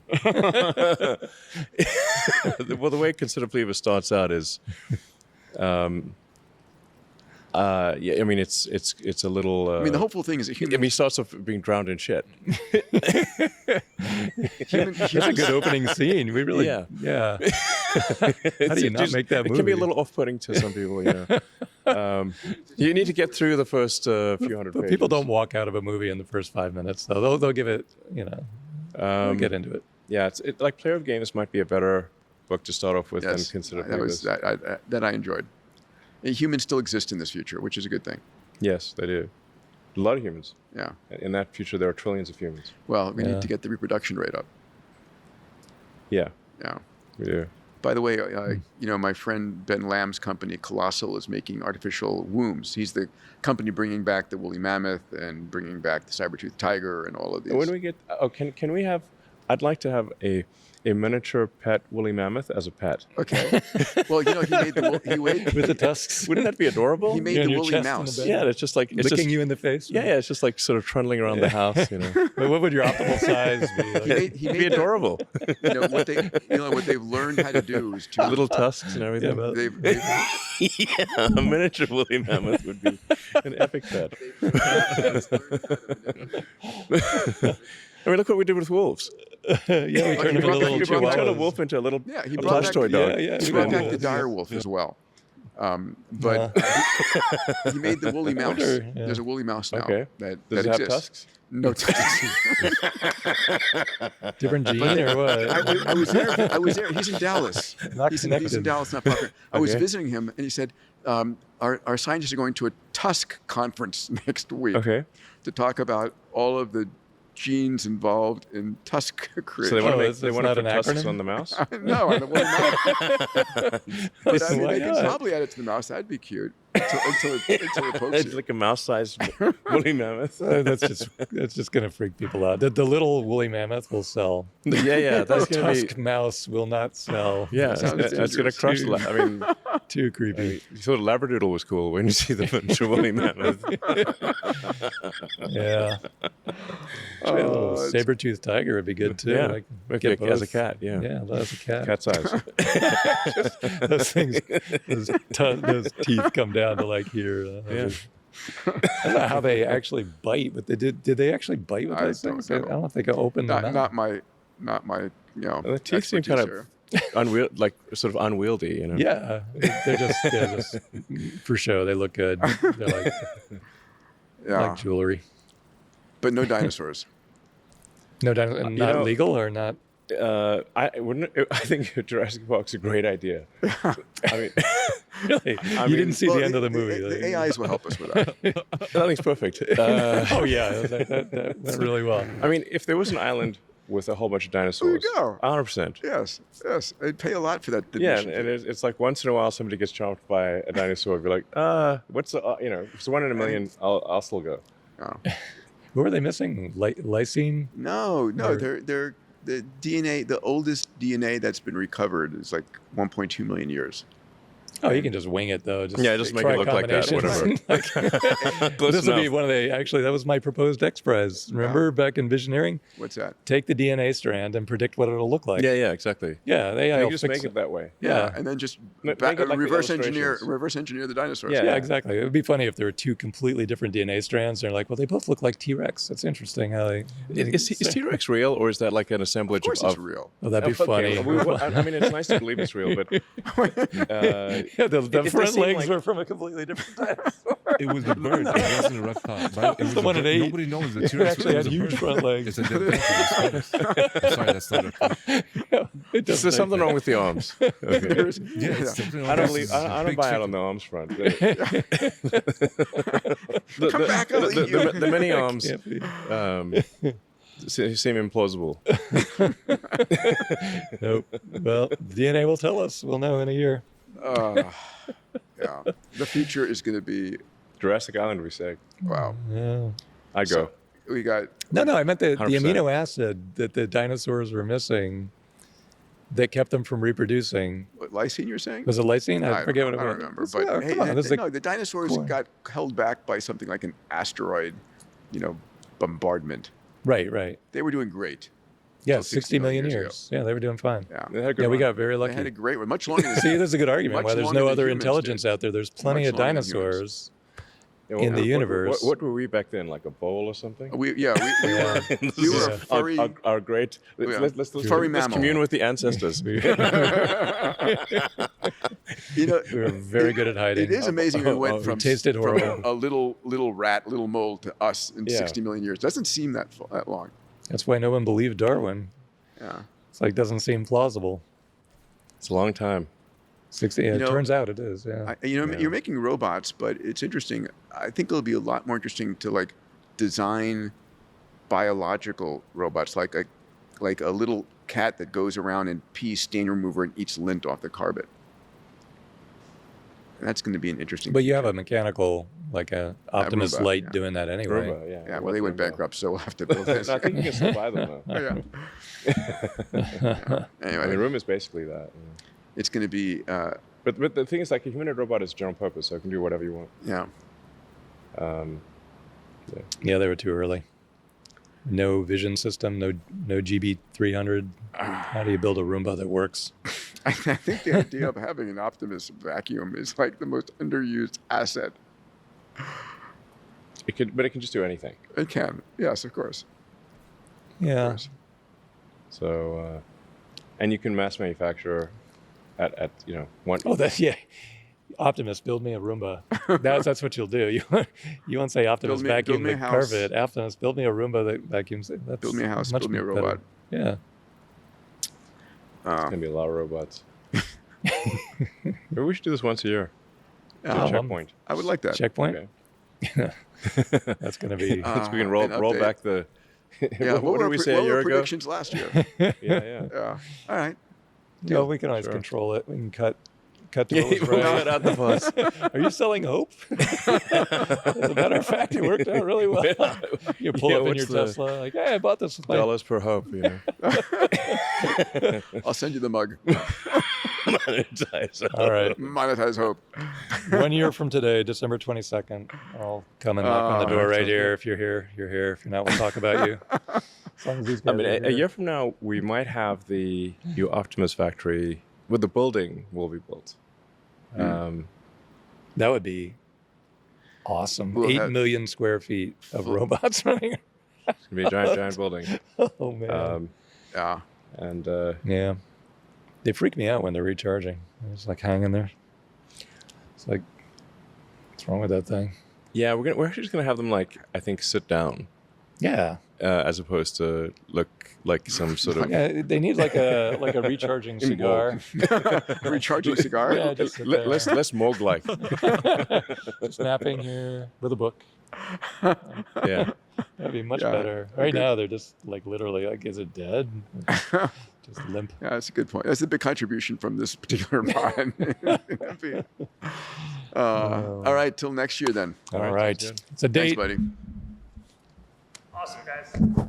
If you made it to the end of this episode, which you obviously did, I consider you a Moonshot mate. Every week, my Moonshot mates and I spend a lot of energy and time to really deliver you the news that matters. If you're a subscriber, thank you. If you're not a subscriber yet, please consider subscribing so you get the news as it comes out. I also want to invite you to join me on my weekly newsletter called Metatrends. I have a research team. You may not know this, but we spend the entire week looking at the metatrends that are impacting your family, your company, your industry, your nation. And I put this into a 2-minute read every week. If you'd like to get access to the Metatrends newsletter every week, go to diamandis.com/metatrends. That's diamandis.com/metatrends.